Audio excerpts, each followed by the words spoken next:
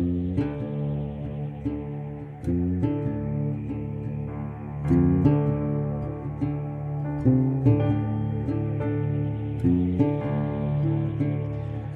guys, welcome to Layman's Terms Podcast, the place where we talk about really big topics using the smallest words possible.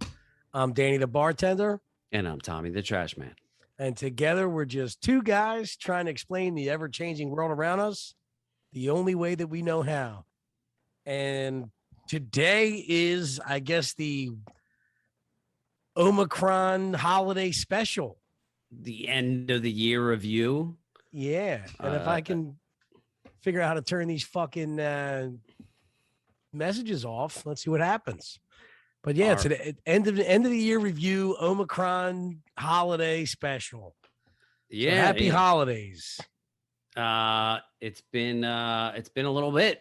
So like, hopefully, I feel like a version, like a podcast version, all over again. Yeah, I've been dying, so I don't know what's going on. Pretty sure I just had Omicron. I'm almost 9,000% positive I had it.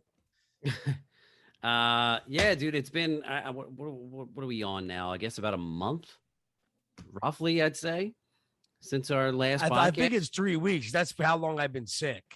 Okay. Yeah.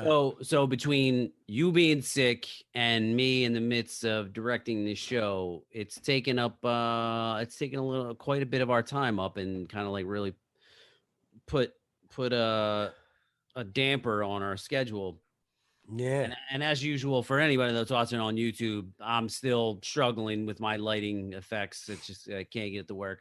Dude, I gave up today. I gotta, like, my stuff's all pixelated and everything. I don't think anybody cares because they're looking at horrible people anyway. So, well, they don't care because they're not watching this because we're banned. We're talking about Omicron. We're talking about COVID. We're talking about all that stuff. And at this point, I don't think we can get any good graces. Like, I don't know how to get out of like YouTube purgatory or hell. I don't know how that happens. Yeah, we're definitely not getting any action on YouTube anymore. Ever since the Alex Jones episode, it started to go.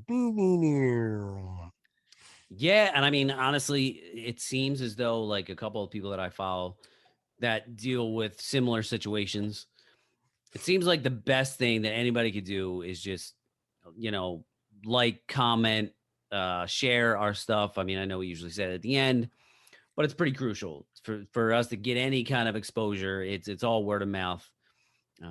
So yeah, comments are very important on YouTube if you want to get any action.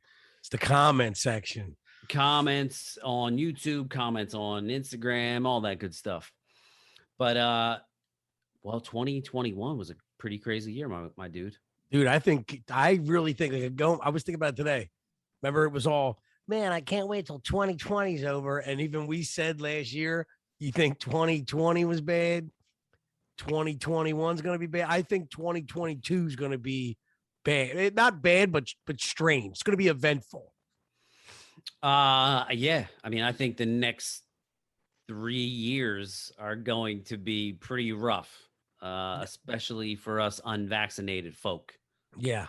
The dark winter is upon us. Yeah, well, he said it. It's probably the one thing he kept his promise on. Yeah, dark winter. You know how I like to give Joe credit when he does what when he says what he's going to do something, he does it. Yeah, so he said he was bringing that dark winter. So he said he's going to stick dick to me. So well, guess what? He's sticking it to you nice and tough. He's giving it to me deep. Yeah.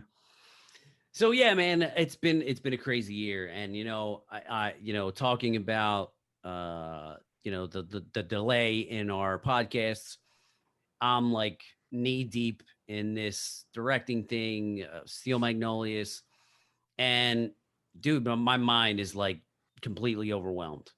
Like, it's things. There's details that going into this, like, I'm just like, all right, I'm thinking, all right, stand here, deliver your line this way. But dude, it's in a hair salon, and I'm like, people are like, well, how am I going to be doing hair here and rolling curlers and painting nail? And I'm like, dude, I don't know. I don't know, because I'm actor. I don't know. I don't know anything about being in a beauty salon, really. luckily I do have somebody that's going to help me out on that. But dude, it's so much, man. And I'm like all in my feelings, man. I'm second guessing myself, and Well, that's got to be tough. Yeah. I mean, well, I'm second guessing myself on everything I do. I can only imagine being in the spotlight. Well, what makes it difficult is that I have a really, really talented group of women that some of them are, most of them are extremely experienced. So it's kind of like, I don't want to let them down. You know what I mean? And they're kind of looking at me like sometimes like, so what now? And I think I have it figured out. And one day we'll have a great rehearsal. And then the next day I'm like completely fucking lost. Like I was having a panic attack the one day, one of our first rehearsals. I was having like a slight panic attack. I'm like, dude, I don't know. My buddy, it was at my buddy's house, my assistant director. And he was like, all right, do this, do that. And I was like, dude, I think I'm having a panic attack. Like I can't even speak right now. Like, I don't know what to do. And he's like, what do you mean? What's going on? I'm like, I don't know. I don't know what to do. And he's like, no, you'll be good. Just come on. Just do it. Just say this, say that. You got this. You're good. And I'm just like, dude, I felt like I was going to throw up. Like, and all these, and the ladies are looking at me and I'm like, hey ladies, how we doing? It's just so embarrassing. Dude, that's so weird. I've had that happen to me a few times in situations where they shouldn't have happened to me. Like I had to go in and play basketball one time. I just walked into a room, like a gym, went there to play basketball with my brother, and all of a sudden I was like, I gotta get the fuck out of here. I can't be here. It was so weird. You had a panic attack. Yeah, I guess. I mean, I don't know. I don't really know how they go, but I just had this feeling of I don't want to fucking be here. I need to get the fuck out of here immediately, right now. I didn't have any like fucking heart palpitations or anything like that, but I was like, I just can't be in here. And this like a little bit of a faint feeling came over me. I was like, I gotta get the fuck out of here. And I went down. I was like, I don't know what it was. It's just weird. I think I've been in a similar situation. Really, really strange. Remember, I don't know if it was, I want to say maybe it was like 2012 or something like that. There was this religious preacher that had like a radio show, and he was talking about the rapture was going to happen. Nice. And there was like a bunch of people, like there was legit people that were selling their homes and like really kind of dedicated to this whole thing. You talking about like when the Aztec calendar thing was happening? No, that was 2020. Like, or no, 2012. 2012. Yeah. So then maybe it was a couple years after that, maybe like 2014, something like that. But I was like texting with a buddy of mine who was like real religious guy, blah, blah, blah. And I took my mom to Home Depot, right? And I'm fucking inside, dude. Like I'm panicking. And my buddy texts me, goes, bro, there's volcanoes that fucking are going crazy right now in Iceland, man. I don't know. Maybe shit is popping off. And dude, my fucking heart was beating out of my chest. And all I could think is, I'm going to be at Home Depot during the rapture. And I was like, Mom, we got to go. And she's like, what do you mean? And I'm like, I don't know. I just can't be here. And she's like, what the fuck is wrong with you? You really thought the fucking rapture was going to happen? Dude, I was really buying into it. I don't know what was going on that day, but I was having a panic attack, and I was like, I gotta go. I gotta go with my mom. She's looking at like tiles for the floor. Yeah. And she's like, what the fuck is wrong with you? I don't know if it was around that time or whatever. Maybe it was. Maybe that's where I got it from. But I remember like walking down the street and I posted a picture of like, there was just a weave lying on the ground, like blowing in the wind. And I snapped a picture and posted it. And I was like, someone just got raptured. Someone just got raptured. Yeah, that could have been me, man. I don't know. But yeah, like being in that position of like authority and like having to dictate and tell people what to do, especially when you're not 100% certain of everything that needs to be done or how to do everything that needs to be done. Well, it's crazy. It's crazy to say it too, but I feel like everybody's kind of doing this, but it's like when you're in those positions, I think like, not everybody probably, but like, I think that even big directors, like when you find out like some actor has a drinking problem or whatever, and they tell their story, and it's like, they always felt like these insecure feelings or whatever it is. And I really believe like everybody kind of puts on a character and they're fighting through something always. Like even, Oh yeah. you know what I mean? So like your boss that you see as like the, like always telling you what to do, whatever. Right.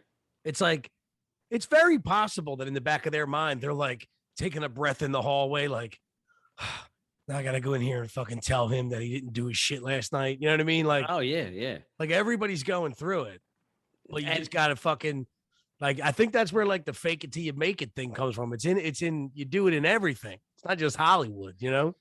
oh yeah, and I don't know if you're like me, but like I don't like telling people what to do. Even like at work, like I know what to do, but I don't like telling people how to do things. Like I No. just don't like it. Well, that was one of the reasons why I wanted to go to school for film and why like being a director, I think is a little different than like where you have to tell people exactly what to do, because I think it's like you hire an actor because like I was kind of joking when you said that girl was like, what do I do here? You know, blah, blah, blah. And it's like, well, like a little bit of it is on you. I know you can do this. So I put you there. Now figure it out. Like, do you want to fucking roller curlers or do you want to, not like I have any necessary experience, but like one of my couple of books I used to always read Sanford Meisner on acting and stuff like that. Like if you ever read any Sanford Meisner books. No.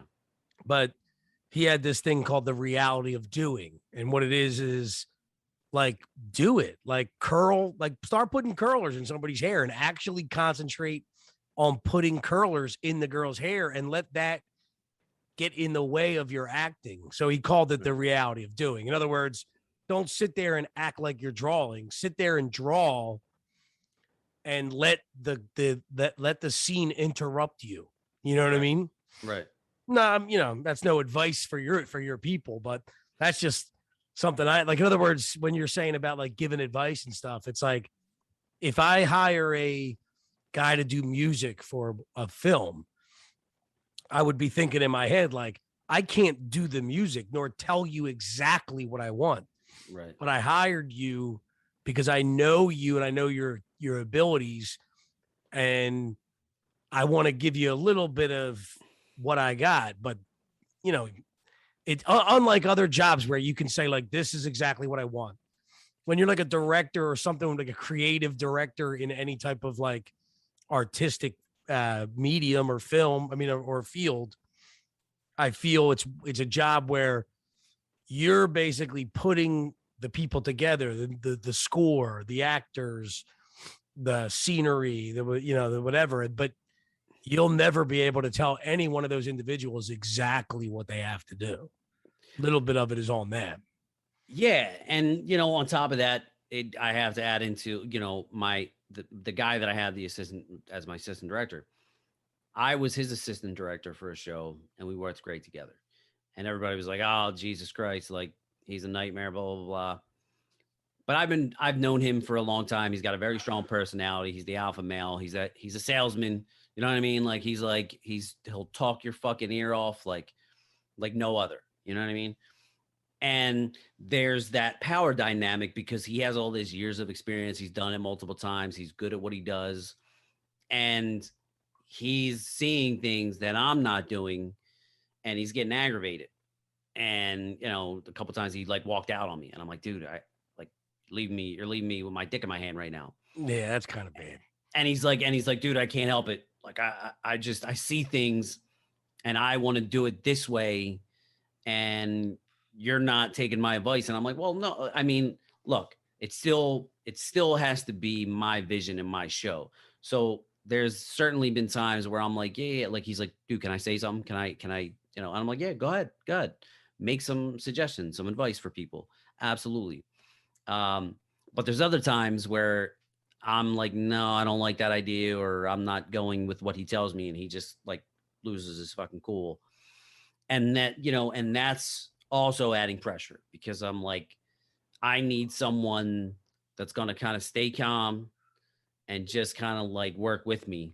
Even if they don't agree with what I'm doing, they just kind of have to stand by me and be like, all right, if the ship's going to go down, you're going to go down with me. Like, you know what I mean? Yeah. So yeah, that's been just at the When forefront. when is the show? We open in a month. Well, Nice. at least I hope we do. Oh yeah. because now we're dealing with this new Omicron, Omicron. baby. Yes. So Am I there's saying it right? Is that how it is? Omicron? I don't know. I think Biden was calling it Omnicron No, at one Jesus. point. I mean, I don't know. Who Every time I knows? hear it, the meme from with the oh my god. That's all, that's Or- all that's all I hear. Oh my yeah. god. Well, and dude, and here's the thing. So, when it originated and first detected in South Africa, it seems as though everybody was like, it's highly transmissible, but the symptoms are very mild. And scientists are thinking that it doesn't even go into your chest, so it stays in, your throat and nose. So this is kind of a good thing. You know what I mean? Like if we're kind of to the point now where this is kind of morphed into something pretty mild, that most people are just going to think it's just an average or your regular cold. That's a pretty good thing. I don't know all this mass hysteria, which I'm not surprised by, but I'm like, at what point does it end? Like, are we now going to get to a point where we have to shut down for common colds? Well, this is what Like, I don't get about it either is they're even the government. Like, I mean, I'm not just saying this from conspiracy theorists, but people seem to be accepting the fact that this is over. This is basically good. Like even Fauci kind of said, like, well, we're going to talk about herd immunity, whatever. It was like the first time he ever mentioned even herd immunity, like on yeah, his own. right. And it ain't like the thing I don't get is it ain't like they're implying it's bad because they're even the head of the OSHA or whatever the hell come out and said it's mild, it's just very contagious and all this stuff. But yet at the same, it's weird. It's like, but yet simultaneously they're like, it's like, okay, hurry up and let's get all this shit pushed through so that we can run this hysteria before it's too late. Like I don't get what's going on. Dude, I'm like I said, I'm not surprised. I'm just kind of like, I'm kind of blown away by people that seem like they're kind of accepting it. And somebody posted some numbers today, which I didn't check, so like I don't really know, but somebody said the latest CDC data by vaccine status: unvaccinated 451 cases per 100K, vaccinated 134 cases per 100K, boosted 48 cases per 100K. Now here goes deaths. Unvaccinated 6.1 deaths per 100K, unvaccinated 0.5 per 100K, and boosted 0.1 deaths per 100K. And this person was like, the math isn't hard to understand, so get your shot. Well, to me, 6 people, unvaccinated people, there were 6 deaths out of 100,000 people. Well, who are those 6 people? Were they 85? Were they 80? Were they 70, 60? Did they have cancer? Did they have, were they obese? Did they have comorbidities? And even if they're just normal, healthy people, 6 people dying out of 100,000 is not really that bad. You still have some vaccinated people that have died. It's even lower, understandable. But my whole thing with this vaccine has always been the same thing, man. We don't know long term how this can affect us. And that's always been my concern. It's always been my concern because I'm a guy that, like I said, I don't even like necessarily to take Advil. You know what I mean? I only do it like under extreme, like when I have a really, really rough day at work and my body's aching or a bad hangover. But it's rare. It's very rare that I take those things. Yeah. You know what I mean? And the one thing we've had recently, Dr. Peter McCullough was on Joe Rogan, and he spoke a lot about some of the disinformation, maybe depending on who you believe in, some disinformation. It's information from outside of the mainstream media. And he was like, the one thing that's kind of troubling to me is that as a physician and any pharmaceutical commercial that you see, any medication that's advertised, they always have to tell you the adverse effects. May cause your dick not to work, may cause sleepless nights, may cause restless legs, may cause hallucinations. At the end of, all the fancy happy commercials that we always see about the newest drug to come out, it's a long list of things that could potentially go wrong. Well, But if it makes my dick not work, I can guarantee you I'll start having hallucinations, my restless leg syndrome. yeah. But with the vaccine, there's no talk about it at all. Yeah. Nobody ever mentions it. It's not talked about when any commercial you hear about it, any sports person that talks about it, any doctor like Dr. Gupta, who was on Sesame Street promoting it for children. They're not saying a goddamn thing about potential risks. So it's not to say that most people aren't intelligent, but at this point, when you're not really hearing people talk about, oh yeah, sure, myocarditis is a problem, blood clots are a problem, other complications could arise. You know what I mean? Like there's been 380,000 cases of adverse effects. Like we're not talking about it.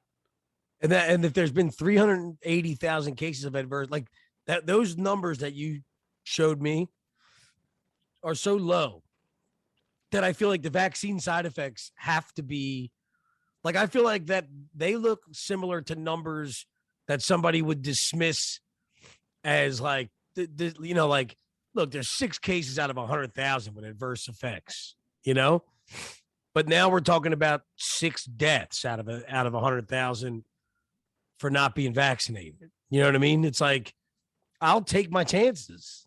I think I just took my chances. Right. And especially when you go by age range, you know what I mean? Like, yeah, if you're a fucking, anywhere between 1 to, I don't know, 12, 14. I mean, it's like, it like barely affects you at all. And this is even going back from the original data.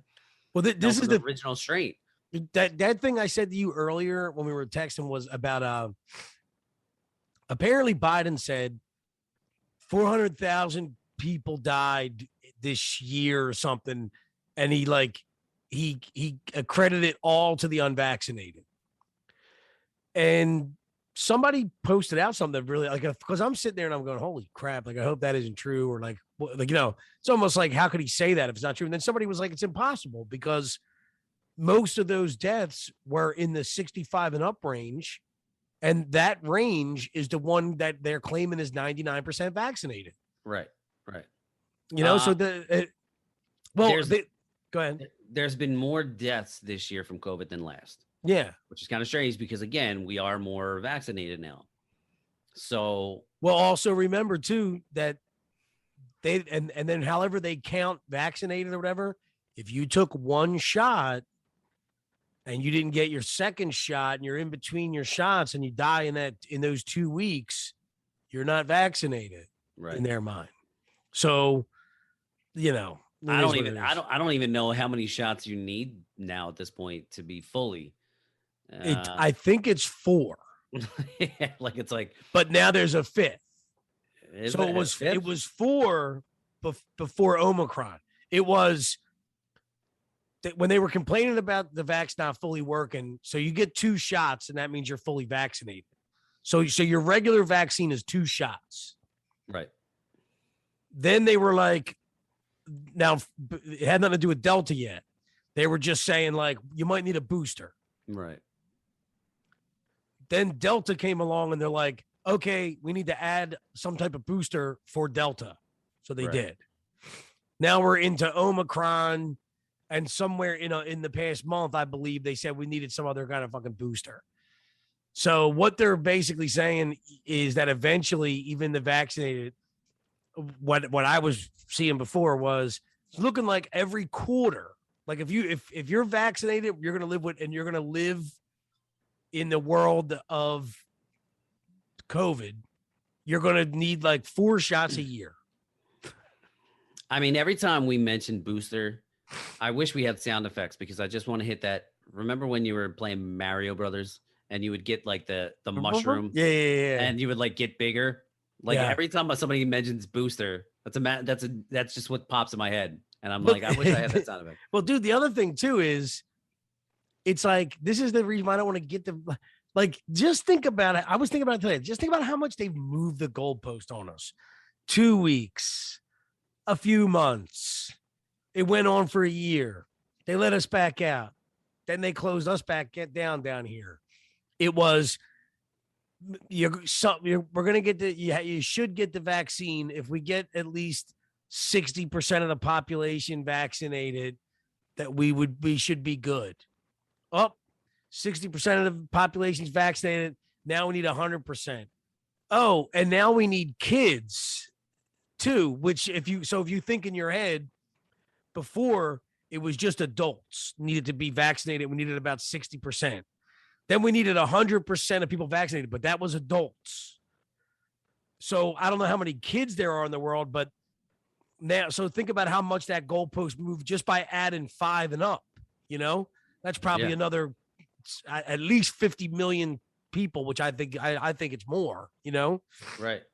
And so now and then even the vaccine was, it's once and you're immune, and you're not immune now. It's you need a booster. Well, that doesn't also. Then it became, we never said you're immune. It just now all of a sudden it's like if you're sick, you're not going to be as sick if you're vaccinated. Which, by the way, what I love to see is all these people posting out, I got sick. Thank God I was vaccinated because this would have been worse. Well, you've never had it before. So what's your reference point? That would be like me never having a cold and then taking some type of medicine before I got it, getting it, and then saying, man, I was sick. And thank God. I'm like, in what world if I take something and they tell me I'm going to be protected from something, then I get the something and I'm sick. I mean, Omicron causes mild flu-like symptoms. You get vaccinated, you get mild like flu symptoms, and then tell people this would have been worse. Well, what do you have then? You just have a runny nose, and other people got mild like flu symptoms? Makes no sense. So my mom just got over it. Now I don't, obviously, who knows what strain she had. She came home from work one day and she was like, oh, I'm so tired, blah, blah, blah, blah. And she basically came home and like slept for a couple hours, got up, got something to eat. And then she's like, and then I just went straight up to bed. And the next day she went to work and she was like, oh, she felt a little bit better. So she was like, oh, maybe I was just tired. And then the next day she felt like crap again. So she stayed home. She went around, got a test. She tested positive. And at that point, other than fatigue, like her symptoms were not really, she really wasn't showing anything. And then they progressively got a little bit worse. She got a little bit congested. So you can tell like right away she sounded sick, and she was just like, I'm just constantly tired. Then towards the tail end, she started to clear up in the nasal area. She was speaking. She sounded better, but she was coughing. Like now you can kind of hear it in her chest a little bit. And now she has a mild cough at this point. It's been it's probably been 2.5 weeks. But it was kind of like, I was around her. So like I had to run out and get tests. Luckily, I was able to get it. This was a couple weeks ago when everybody wasn't panicking and buying up all the tests everywhere. So I was able to get one. So, my mom's not vaccinated. She's 65 years old. She was tired. And the difficult thing is, obviously there are people that have died. And when you talk to people, they know people that have died. So it becomes complicated. You know what I mean? Like I went out to lunch a couple weeks ago with some buddies, and they know people that died. They know people that got really sick. So it kind of clouds their opinions on it. You know what I mean? Because it hits home, which is completely understandable. Well, and to add to it too, it's like I've seen some people, and this is going to sound bad, but fine. I've seen some people that are people that I know that I can't say, well, look at who we're talking about. Right. But I know people that have been like, my Uncle Louie just died from it. And it's like your Uncle Louie was already on fucking oxygen and weighs 500 pounds. Right. You know what I mean? Right. Now, I'm sure, right? But the thing is don't, like that person is putting a post out going like, fucking COVID took my Uncle Louie. Right. And you got to go like, sorry about COVID, What right. do you know what I mean? You don't argue with that person. And that's the weird fucking world that we're in where, I don't know. It's like, then another thing I was thinking too about, like even going beyond moving the goalpost. We're at a point now, me and you've talked about this before, where like, do you trust the government, right? Like, well, forget even that, the thing you were saying where they got to keep it all simple and all that stuff. But like, dude, I don't believe nor care. Like, this is why I think, honestly, that I believe there's a lot of people out there, and I even watched a financial show today where they were like talking about the stock market, and the guy was like, look, they kind of dismissed a lot of what Biden said, blamed him for kind of causing scare in the market, and then went on to talk about how when all this stuff settles down and basically no matter what is said, the pandemic's basically over. And I'm thinking in my head that it's definitely over because we're now at because all this was to me was constantly projections of fear, It's like even right now with Omicron, it's like Omicron actually I seen a lot of people got sick. Like the people just got sick more than I've ever seen during this whole run. Right. Okay. But when I went to look at TV to see what we're going to do, right? And it's like Biden said that he doesn't see any lockdowns in the future. Like, I don't even believe it doesn't. In other words, there was a time a couple months ago where I would like watch and he would say no lockdowns. And then me and you would debate. Do you think there's going to be lockdowns? I still think they're going to lock it down. Now I'm at a point where I don't even care what he says. I just kind of assume they're probably going to try and lock some shit down, but I also assume it's probably not going to work like it did before. And then I'm realizing we're actually at a place where like, I don't care what, like, even if it means we got to lock down or do a vax passport, right? It's like, I guess there used to be a push and pull inside of me of like, well, am I supposed to get the vax? Should I? Whatever. Like I'm at this point now where like I just know anything they say doesn't matter. It's not true. Even if we have to lock down, I don't believe the fear that they inject in me. Like there's nothing that I buy into from them. Right. And I think that we're all there. Even liberals are there. So that's where that's at, Oh yeah. I saw a clip of some news reporter that kind of was like going off, and he's like, I'm over it. I'm sick of talking about it. That's what I'm saying. Yeah. He's like, we have vaccinations, we have this, we have that. It doesn't appear that this latest strain is very dangerous. And he's like, I'm just over it. I just want to stop talking about it. And I'm like, and I believe the guy is more left leaning. I don't know who it was. I actually don't know him at all. But I was kind of like glad to see somebody on the news actually saying that, because I mean, we're going to need, with these threats and other countries are even shutting down even more again, we're going to need people to be like, enough is enough. Like I saw somebody that has posted about vaccinations, all that stuff, lockdowns. I saw somebody today post like, I'm sick and tired of hearing about COVID. And I'm like, that's good.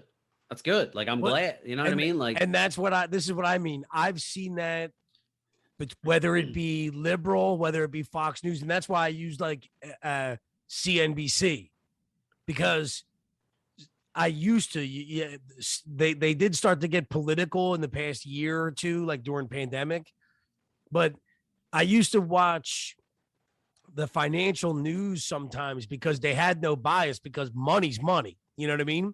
So if somebody's telling you, oh my God, it's going to be the end of the world because, because of this new tax law that so-and-so just put in, when you watch the financial reporters, they'll just say, like, if this, like, they'll literally just say, this isn't going to affect anybody's money or, whatever it is, and talk about it. Like, when, if somebody's saying that the economy is going to do bad and this new gas law is going to crush all the retailers, and then you go on CNBC and the retailers are still, going up, and the guys are saying this isn't really going to hurt retailer. That's, money news doesn't lie. You know what I mean? Right. Unless they're trying to pump the stock or something. But I've seen that type of sentiment on a bunch of different channels at this point, where, even you'll see like I heard somebody say today, which I thought was true. Like, somebody on a liberal channel was like, how come Biden's saying we didn't see this coming? But then the OSHA head of CDC is saying we've been preparing for this, and we were warned about it by the dude in South Africa months ago. And then they were like, they actually were getting on Fauci because they were like, Fauci shouldn't have told people to go and get tested before the holiday to cause this mass hysteria in these long lines. And they're like, now you have people with no symptoms just hoarded all the just jammed up the system. Right. And they weren't prepared for it. And Biden's saying, how could we see this coming? Well, if you knew a month or so ago, why didn't you get more tests? Why didn't you open more testing facilities before you went and told everybody to go get tested before the holidays and then act like what happened, But just that kind of attitude coming from the liberal media is like, they've had it. And it's another thing that I can't stand is that being a conservative, you say it, you get outcasted, censored, attacked for saying it. Then you have to wait until 6 months till all your liberal friends feel the same way. And then when they feel the same way, you do have the comfort of knowing, well, thank God everybody feels the way I do now, but nobody looks back at you and goes, yeah, sorry for treating you like that when you felt like that. You know what I mean? Yeah. Danny's pretty crazy. He was pretty crazy. Like, and that's the thing too. Like, they'll go back and think about it, but like, dude, it was crazy. Danny was like crazy about this whole thing. Tommy's a conspiracy nut. And I'm like, but you were a conspiracy nut because you said the masks are stupid. And then remember the girl that I said that I met at my job? Yeah. She literally, she just got ripped apart because, did you hear what she said about the face mask everybody wears? Who are you? Who the girl? The Asian lady on CNN that like started the whole, when the Delta variant came out, she pushed that second wave of scare. Oh yeah, recently, yeah. Yeah. So that lady was just on the other day now she was like pushing Omicron, Yeah. And she was like, people don't understand, this is highly contagious. And she says, those cloth face masks and everything you're putting on your face, they're nothing more than face decorations. Right. And so, but here's the thing. If I said that, just that, I'm crazy. Oh, yeah. 6 months ago. Yeah. Now you'll turn around and people will be saying, like, what'll happen is you'll be talking to one of your liberal friends or something, and they won't have the mask on, and you'll go, oh, how come you're not wearing your mask? And they'll look at you like, oh, shut the fuck up. But then they'll explain to you, they'll rationalize somehow how you were wrong when you said it. Like, well, at the time people were wearing them because just in case, but they are nothing more than face decorations. Yeah. Okay. All right. Well, let me just still be crazy then. Keep me crazy. But I'm glad that now you understand it. But yet I'm still Alex Jones. And in fairness, even though Alex Jones is Alex Jones and he's crazy, I mean, if you think about it, it's like he has been right on a lot of things. Yeah, he's only like 50% crazy. Yeah, he's only 50% crazy. But no, but I mean, like look, if I've been telling you for years, there's going to be a pandemic. They're going to try to force us with vaccines. They're going to do medical tyranny. They're going to fucking shut everything down. They're whatever. I mean, like regular people at some point have to be like, oh, he was right. Like it's, I don't know. I mean, it's just weird. It's like he was right, you Right. know? Yeah. I mean, I don't think I don't think most people would recognize even that as a They don't even conversation. know Like, with, what he was really saying, you know? yeah, like You, you just know him as like the crazy, like Sandy Hook guy or something. You know what I mean? So like, yeah. you just dismiss anything really he has to say after that. Well, that's the other thing too. That's what I was thinking. Like, what did he do so wrong? And if you think about it, it's like and you are right about that. Like, I think he must have been. I didn't follow him then. I don't know anything, but he was wrong about Sandy Hook. Yeah. And the thing that's kind of fucked up is he was wrong about something. Like, he's not gonna be right about everything. I mean, Fauci was wrong about a lot of things, Right. but when they want to smear you, it's like they keep smearing you, and just like little things. It's like we've talked about this before. Like, it's like everybody's talking shit about you at work, like, oh, you're this, and you're actually not doing anything wrong. You're just doing your job or whatever, but you're like, you're a little bit more aggressive or something than other people or whatever it is. And one day you're late, and then you're like, you get sat down and you get that big lashing, like as if it's something that you do all the time. And it's the same thing like with Sandy Hook thing. It's like he is constantly under attack, but he hasn't been wrong. And he's wrong about Sandy Hook, and now he's forever like crucified over it, Yeah, I think one of the biggest misconceptions is that if you question the narrative, then obviously you're like this conspiracy minded person. And it's like, listen, I've just always kind of questioned things. You know what I mean? Like when we had debates in grade school, I loved that shit.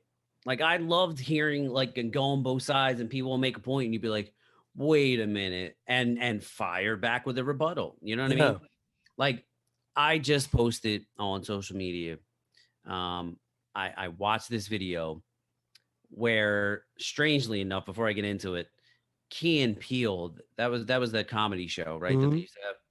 I never really watched it, but they did have. I did see a sketch where they had a cop who pulled up on one of the guys, Key or Peele, and they were like, "Wait, don't you rob that car!"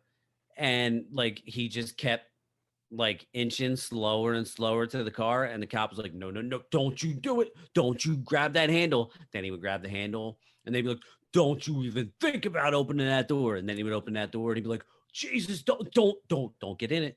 Don't you get in that car. I swear to God.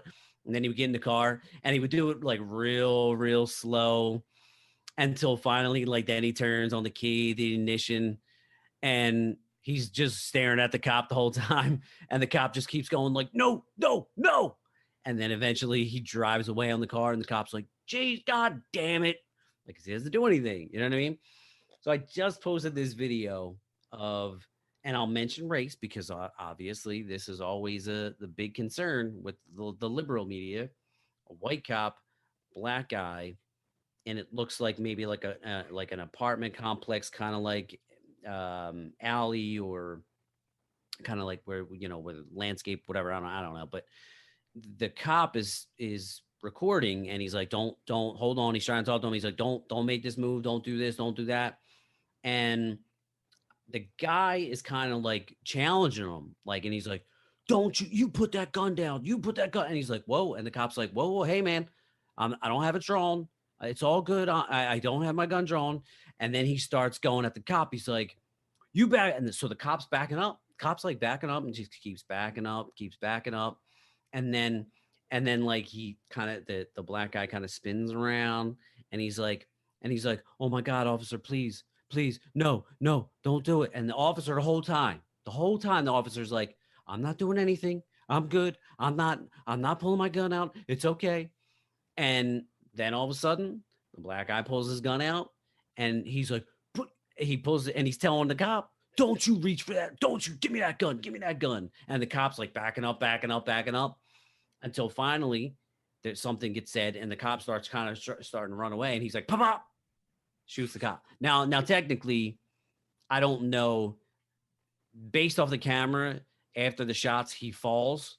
I don't know if he was shot. He could have maybe just tripped in panicking, whatever. But I posted it and I was like, now, well, how come this isn't all over the news? What would the reaction be to that being all over the news? What would the narrative be?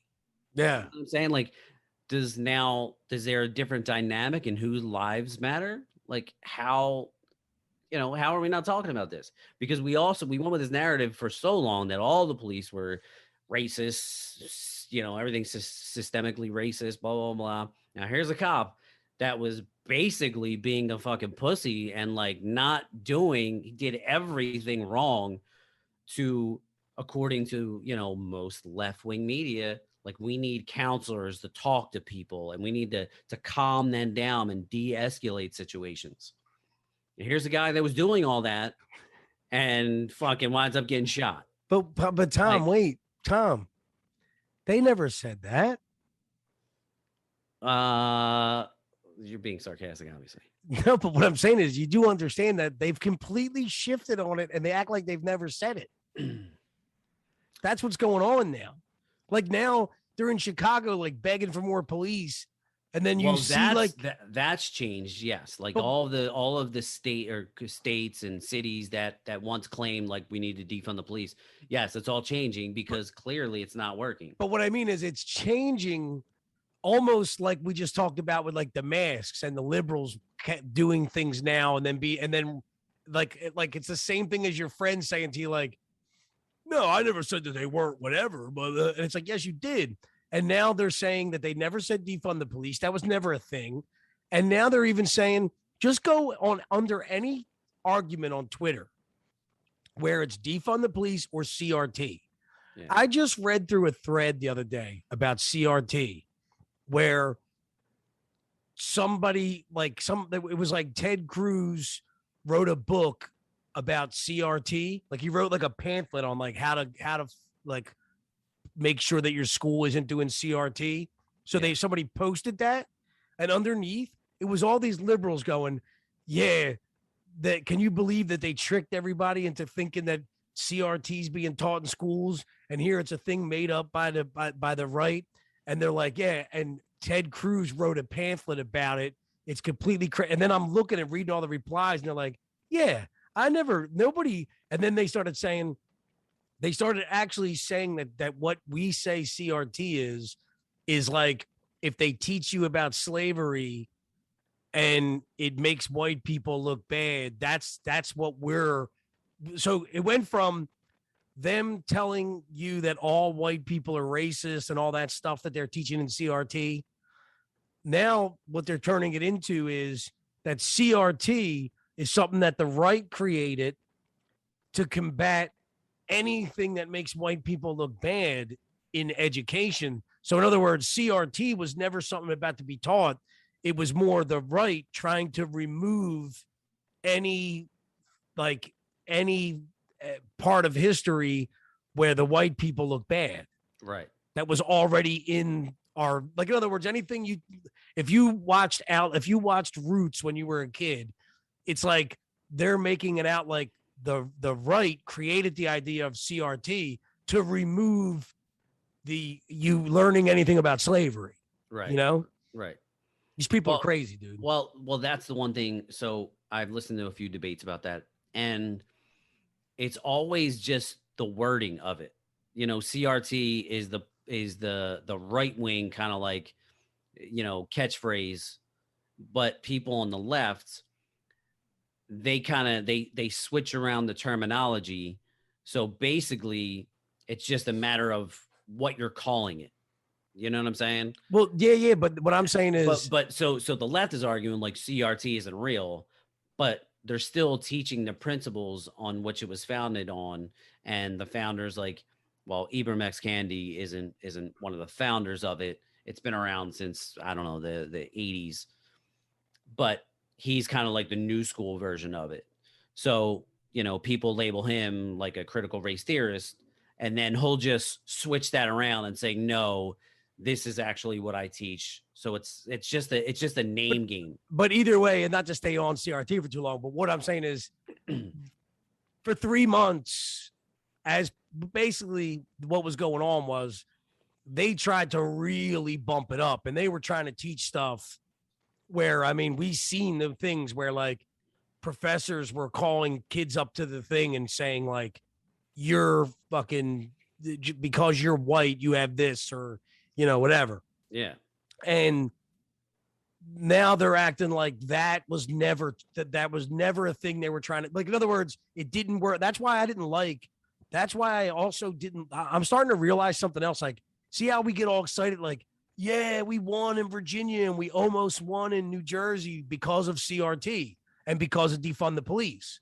Right. Well, immediately the left realized, like, in other words, these were just two, I don't know how elections work, because it's like there's going to be the midterms, and then there's going to be the presidential election. It's going to have some senators involved in it too, and some Congress involved in it. But I guess there's like little elections in between here and there. And it's kind of like, are these little tests? Like, I'm starting to realize, dude, with all the data that they can gather now, just like I said, like, everything's a test somewhere. So they tried in New York to see what happens with the vax passports and stuff, right? Yeah. And it's like, you would think that they're trying to test it out to see how it's going to work out. Well, it's not working out, but yet now they're going to do a mass push and do it. Like you said, they're doing it in Chicago, they're doing it in Boston, they're doing it here. So you would think, why are they doing it? Well, I think that the test run isn't to see how it works. The test run is to see, okay, here's what happened. We implemented it, but here's where we went wrong, because we should have forced it on certain people, or we should have done this, we should have whatever. And now they gathered up all that data and they're ready to do it on the bigger platform. And I feel like that's what those elections are too. Like, they did the governor race in Virginia, and all the things that helped the Republicans win. Like, Republicans are touting, like, told you CRT isn't going to work. And right. And now what's going to happen is, we think we've got it all hemmed up. We think there's a giant red wave coming because CRT and defund the police ain't going to work. But the Democrats had already shipped. Now they're all like, we never said that. We're not saying that. And now they're going to play like so they're going to win that all right back. And then by the time the midterms come up again, it's going to be, yeah, we're the Democrats and everything. These guys are crazy if they're saying that now it's going to be all thrown back on us, because they lost Virginia as a governor. So what, you know, but they took that information from there and now they're going to ride on it, you know? Right. I don't know. These things scare me, man, because we cannot, dude. We can't have this. If we cannot have a fucking another Democrat president in 2024, and we sure as hell need to win the House in 2022, because it's the only way out of this mess. Yeah. And, you know, even going back to the conversation about the video that I just posted, you know, we can't live in a world where like videos like that exist and police see those videos. They're aware, because that's just one. I mean, there's plenty of videos of situations similar to that. And then you have the left and the media in general that dig up the occasional videos of, you know, a cop killing an unarmed, you know, person, a black man, whatever the case may be. It's especially a minority. And they utilize that and they run with it and they cause this mass hysteria. And it's like, statistically, one is higher. You know, statistically, cops are getting shot and killed higher rates than unarmed black men. You know what I mean? But that's not like most people. Like, if you try to have that conversation, it's like, well, no, that's not true, because they're not hearing that. And it's the same thing with COVID. It's the same thing with CRT. It's the same thing with so many things that we're dealing with that just causes so much fucking chaos in our democracy and in this country. And it's wild. you know, there's a lot of people, I mean, we've talked about it before, but there's a lot of people that are concerned about civil war.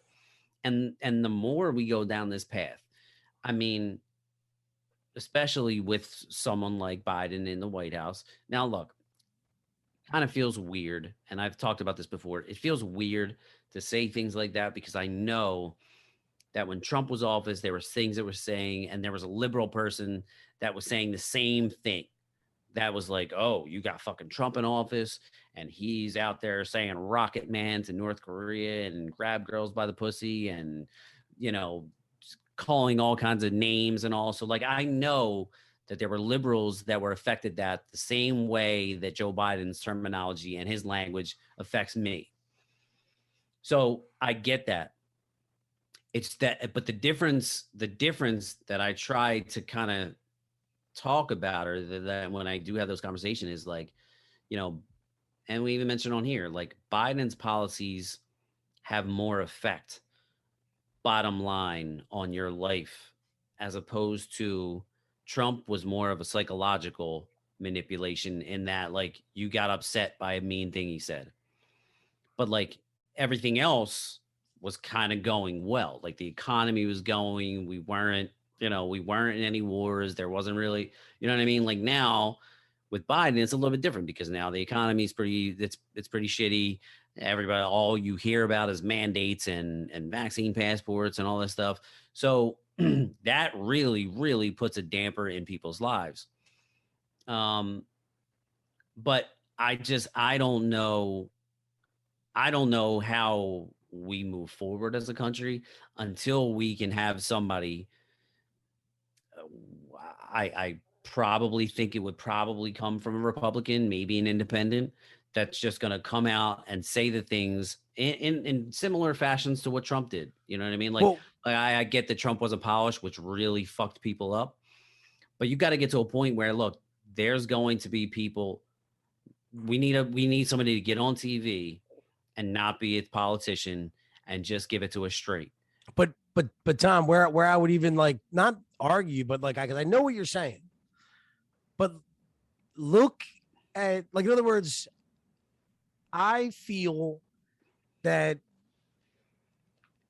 they have the power to make a pandemic a horrible thing or a good thing. They have the power to make a cop shooting a horrible thing or a good thing. You know what I mean? Right.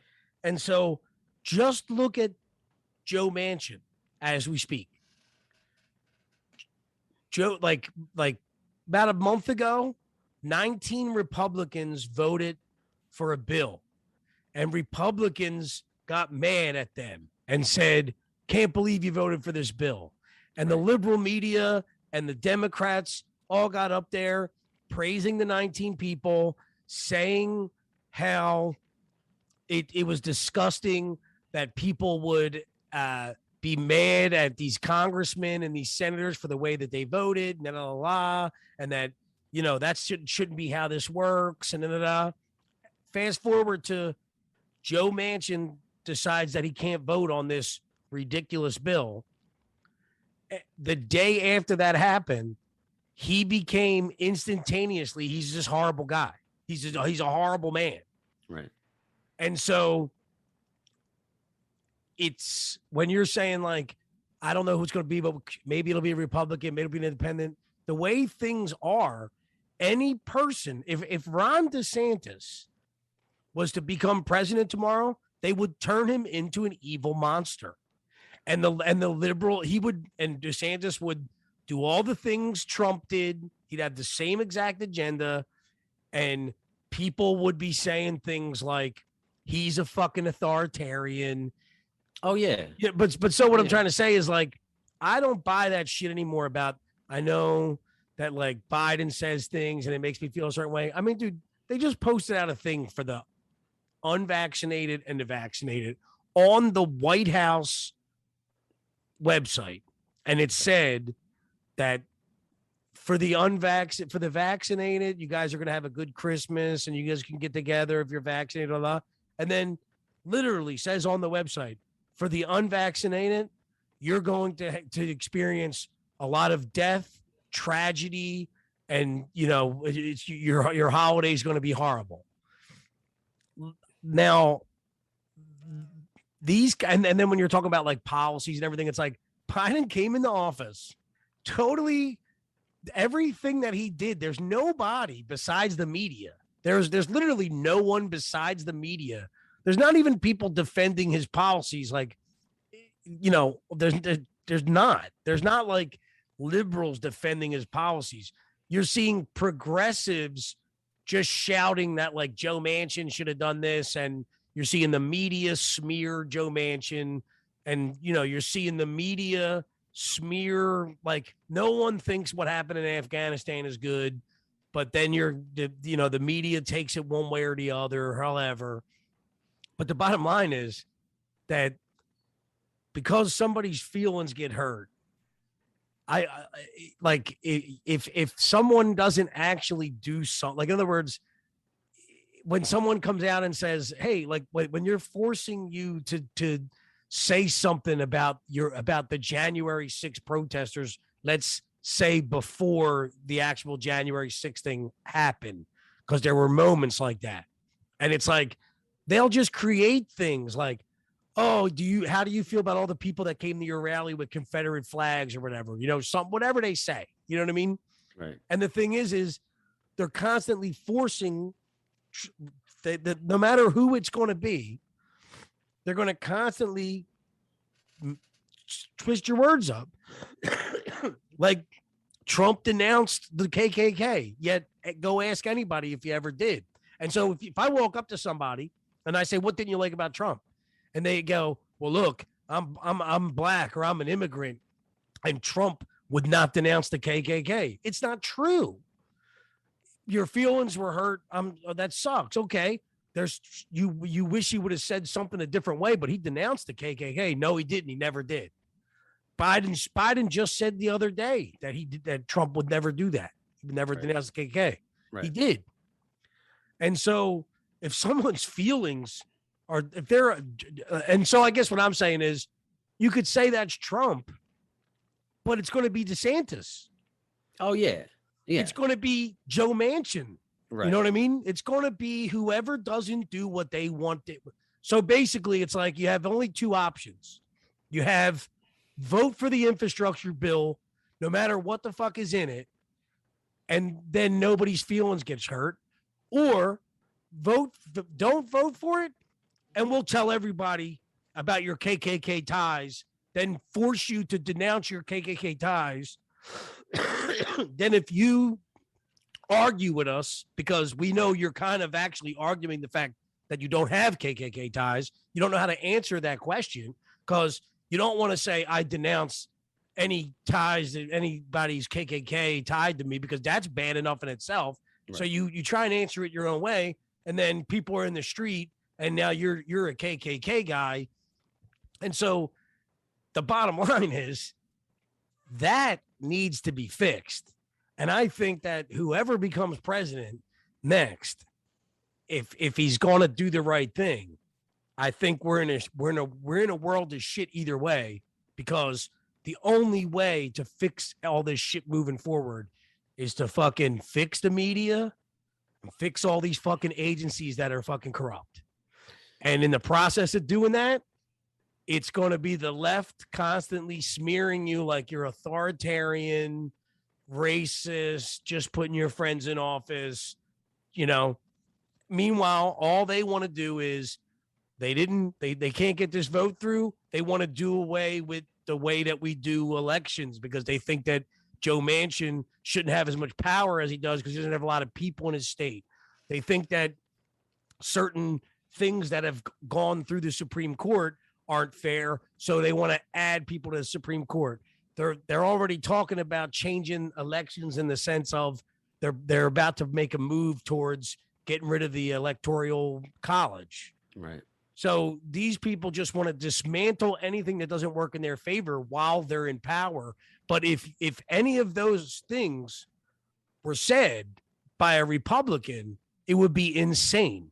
If Donald Trump was furious over one Republican who stopped a bill that Democrats felt was against Democrats, they would be instead of Joe Manchin being a monster, If Joe Manchin was the one Republican that didn't vote for a Trump policy, Joe Manchin would be getting ticker tape parades in Democratic cities, and that's all CNN and everybody else be showing. Right. So people's feelings and all this kind of stuff is only going to happen that way because that's how it is. You know what I mean? Like there's no absolutely. Yeah, there's no way.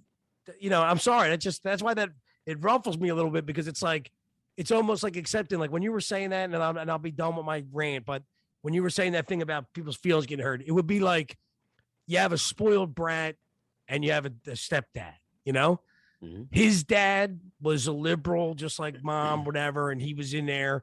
But like the house, they let the kid do whatever he wanted, and he's fucking dyeing his hair fucking red, and he's fucking not going to school, and he's smoking weed and everything else. And then in walks his new stepdad, who says, "I'm sorry, honey, but your kid can't keep taking money out of my wallet and eating everything after I go grocery shopping and then not doing his chores." And then walks up and tells the kid, "Listen, you need to fucking vacuum the steps before you leave." And then he's crying and everybody comes over. "What's wrong?" "He's not my dad. He's talking to me like that." And now we all understand that the guy did the right thing. However, if we start saying it's about feelings being hurt, people's feelings are going to get hurt. And liberals are that way. It's ridiculous. The fact that they want it doesn't make any sense. Just a mere fact. If Trump ever said anything like this, I would not vote for him. If Trump was standing in front of us going, every single person needs to be vaccinated, needs a vax passport, but yet if we say, what about the people at the border? "Oh, well, that's a different story. They don't have to." Right. "Oh my God, we're scared. We can't have people running around unvaccinated." If Trump was flying illegal immigrants that were crossing the border into different cities in the middle of the night on planes that weren't marked, people would be furious. Yeah. Oh yeah, absolutely. I mean, but again, we saw that during the Summer of Love. We saw it during the George Floyd protests. Like liberal media, like 1 minute they're panicking, and then they're posting articles like, "Don't let people confuse you with the George Floyd. If there's a surge, it was just spring break in Florida." Yeah, literally coming out saying protesters don't need to fucking follow the guidelines. Yeah, it's like, well, that doesn't make any sense. Like there's nothing scientific about that statement. But then there was like a Trump boat parade, and they're like, "Oh, it's going to be a super spreader event." Yeah, man. I mean, I guess it's kind of like recently I almost feel like your boy now. We just had Danny. Danny's in charge of the Twitter, the LTP Twitter game. And, God.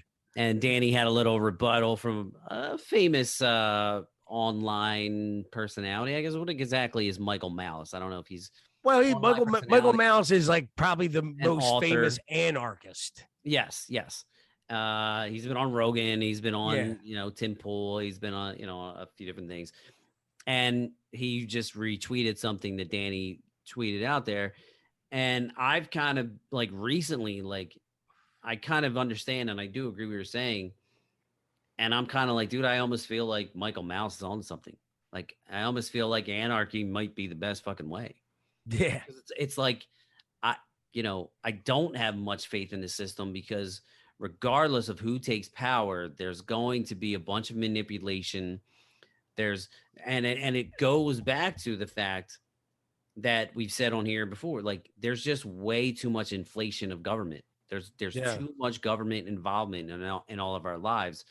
There's too many people paying attention to what the president says and these policies that are coming across. Like the fact this and obviously, like I certainly lean a certain way politically, and it's changed so much because the left, you have AOC, who was angry that Biden didn't pass any kind of like loan forgiveness for colleges. I think he was offering, like, he was running on up to $10,000 loan forgiveness.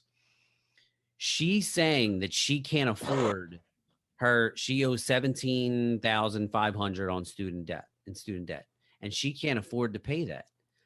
Bitch, you make $175,000 a year. Okay. I just paid off $17,000. Basically, I'm almost done paying my car off in 2 years. So, and I don't make anywhere near what you make. Well, this is what I was going to say. She's on there crying, making this like a big thing. Like you're making $175,000 a year. Like I don't know exactly what numbers places you in the 1%, but they've already projected you to be a millionaire in the next couple of years. 17.5 in college student loans is nothing. So, I mean, again, that's one thing that I've, noticed with the Democrats. They have no concept of budgets. Not to say the Republicans are much better, but at least they do talk about it. Now, talk is cheap. They spend, they overspend. And that's what I mean. That's where I kind of take the Michael Mouse approach, because I think I think I mentioned it before on Rand Paul's page on his Instagram. Every week or every couple weeks, he'll post an Instagram post of some random government program that cost $50 or $5 million or $600,000 to replace drapes in some art gallery or whatever. That's kind of like government funded. That's all taxpayer money. All of these things, all of the concepts like Bernie Sanders and AOC that they come up with, free healthcare, free education, whatever else. Those things, if we cut back on programs, multiple programs right now, if we cut back on just a complete and utter waste, like we talked about it before, like on millions of dollars that were spent on smart toilet bowls. Like if you cut that back, you're in a major, we're making inline roads to maybe getting some of these things done as far as student relief funds and all that, which is way more important than a fucking smart toilet bowl. But that's what I mean. Like people, there's so much spending that goes on. People are completely unaware. Like the average person has no idea. Like a lot of times you'll hear about military budgets, like Bernie Sanders loves to just drop that. But that's only one. It's a large part of the budget, but there's so much waste that takes place, and it's our money. And then they just want to talk about, well, we're just going to raise taxes. How about you cut some of the funding? Like I said, it would balance out. But that's one thing, the Republicans talk about it. Democrats just completely overlook it. Their solution is just raise taxes on people and, or raise taxes on the rich. And I'm so glad that somebody like Elon Musk has Twitter that just is like, hey, I'm going to pay $11 billion in taxes, this year, whatever. Like, I'm so glad that he has that power to just kind of put things out there. And, whether or not people, because it looks like he's going to get, Person of the Year, Time Magazine's Person of the Year, I think. I thought he did already, didn't he? Well, yeah, it may have already happened, but, and it was interesting. I just heard somebody talking about him, and they were saying that his space programs, he's been more effective than NASA.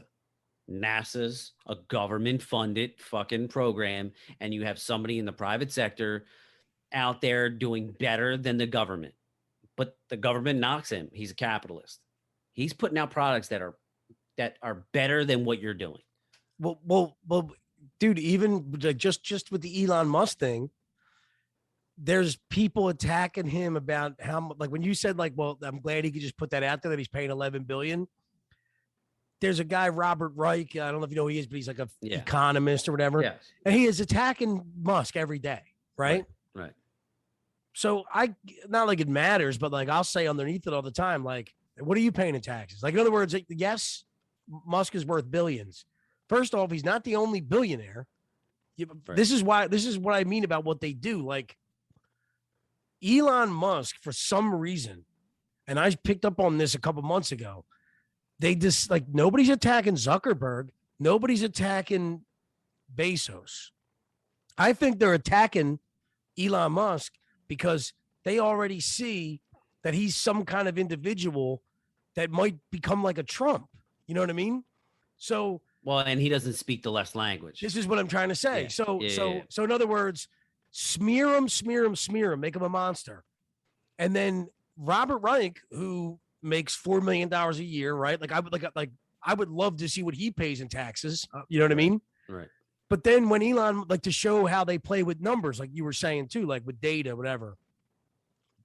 Elon Musk comes out and says, I'm paying $11 billion this year, just so you know.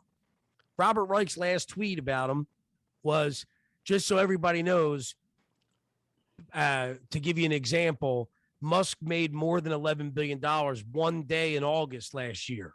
Right. And I was like, well, is he making more than $11 billion a day? That would be like, you know, like I go to work and, you know, like for a certain amount of time, and I probably make half my money, if not 3/4 of it, in 4 months.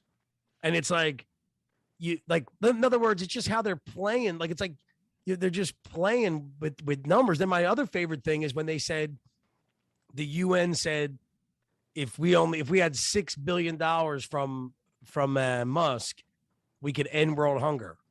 But you know how much $1 trillion is, right? Like, right. If you could end world hunger with $6 billion, why are you giving $11 billion to Pakistan for gender studies? Why are you doing magic toilets? Somebody replied to that and was like, even if every billionaire paid X amount of millions or billions, it wouldn't compare to the overspending. Yeah. It still wouldn't even make up half of the overspending that the government puts out there. You know what I mean? Well, when you said the anarchy thing too, before, because I want to say something on that, but the other thing too, would just even think about this. This is what people don't understand. When we did that first stimulus package during the pandemic, it went over $1 trillion, or they were trying not to make it go over $1 trillion or whatever. And they basically, somebody said, this will be the biggest bill since 2008, when we had to like bail out the banks, right? Yeah. Then after we passed that $1 trillion bill, there was one more stimulus package bill that went through that was going to be around the same price. That, remember, that was one of Trump's last stands where he told us all the things that were in the bill. And then it got carried over. And then the next, like after Trump was gone, they passed that. Since then, we've passed like a $4 trillion bill. And then this one that they were just going to pass was like $2 trillion. So just to show you how these people are, last year it was, this is insane. We don't even want it to be $1 trillion number.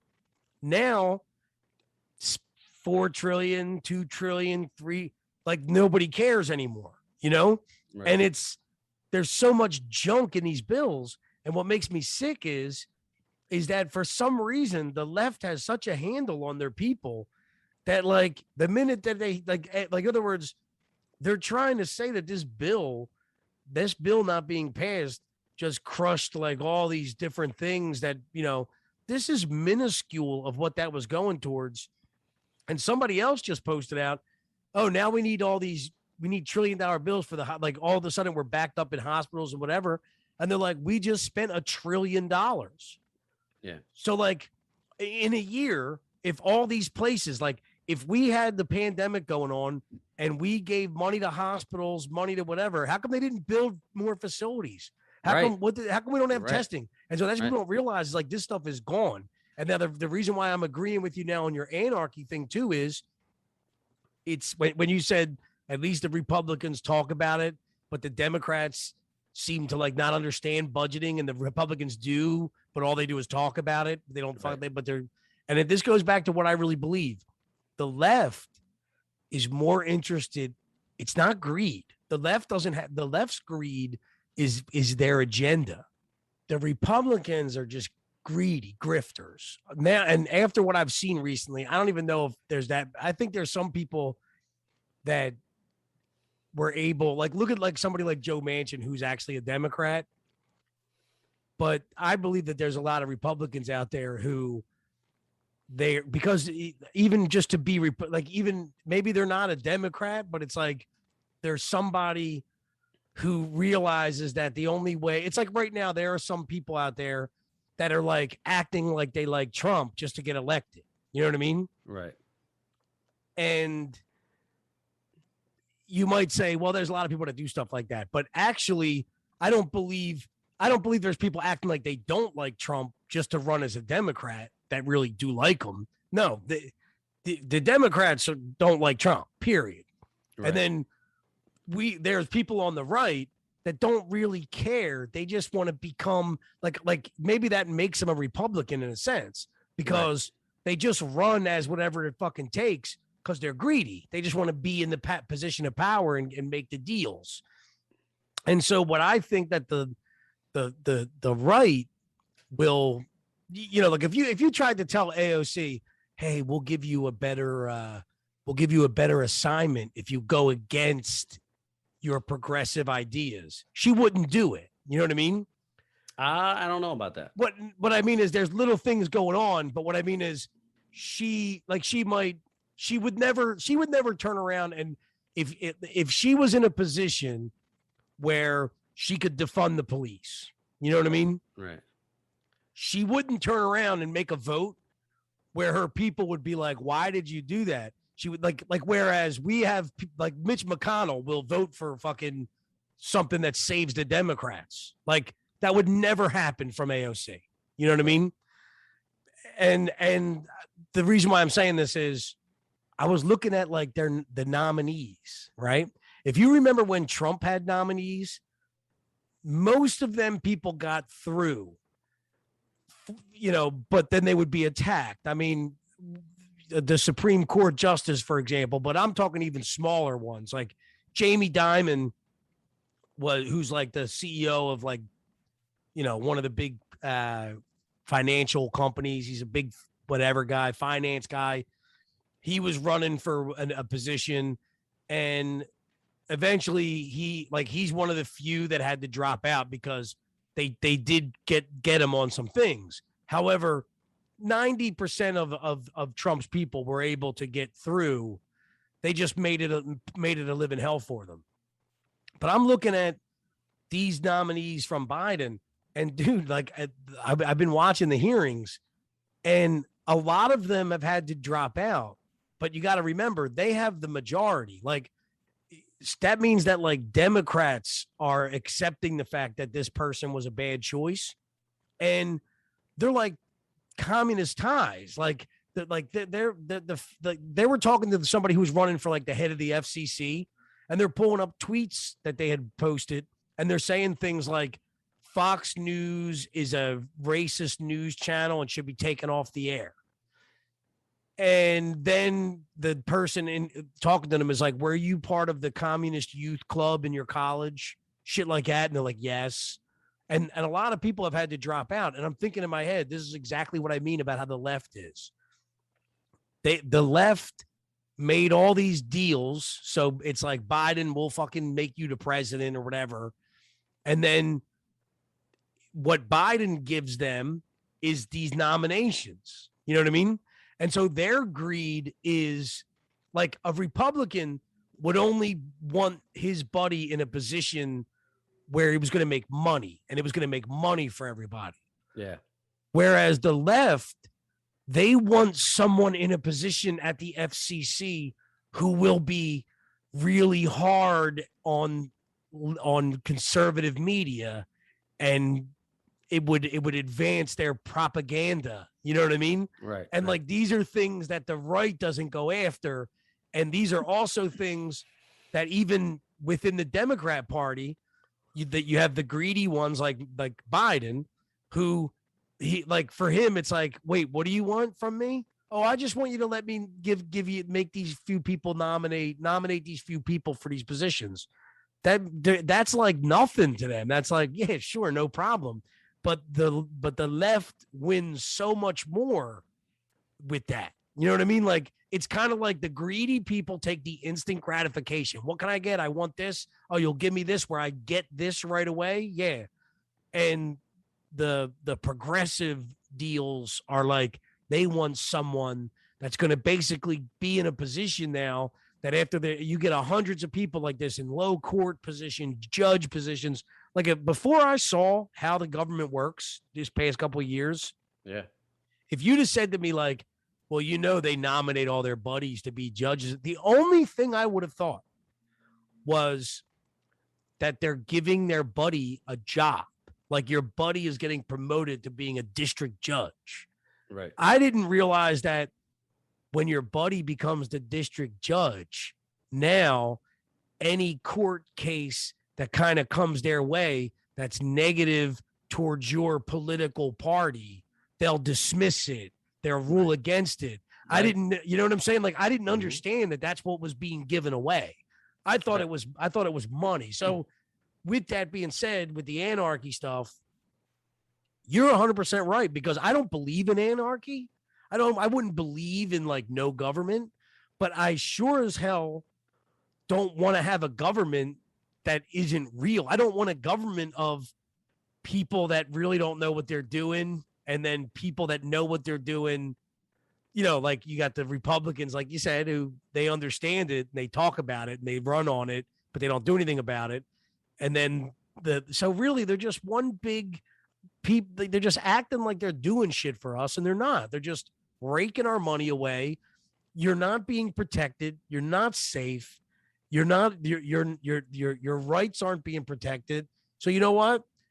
It's like I say about having cops sometimes, and there's cops that sit in Baltimore, and I watch them people blow right through red lights, and they just sit there because, hey, then you say to your buddy, dude, that's fucked up. Like they got so much bigger things to worry about. You know what? Then take them off the street then.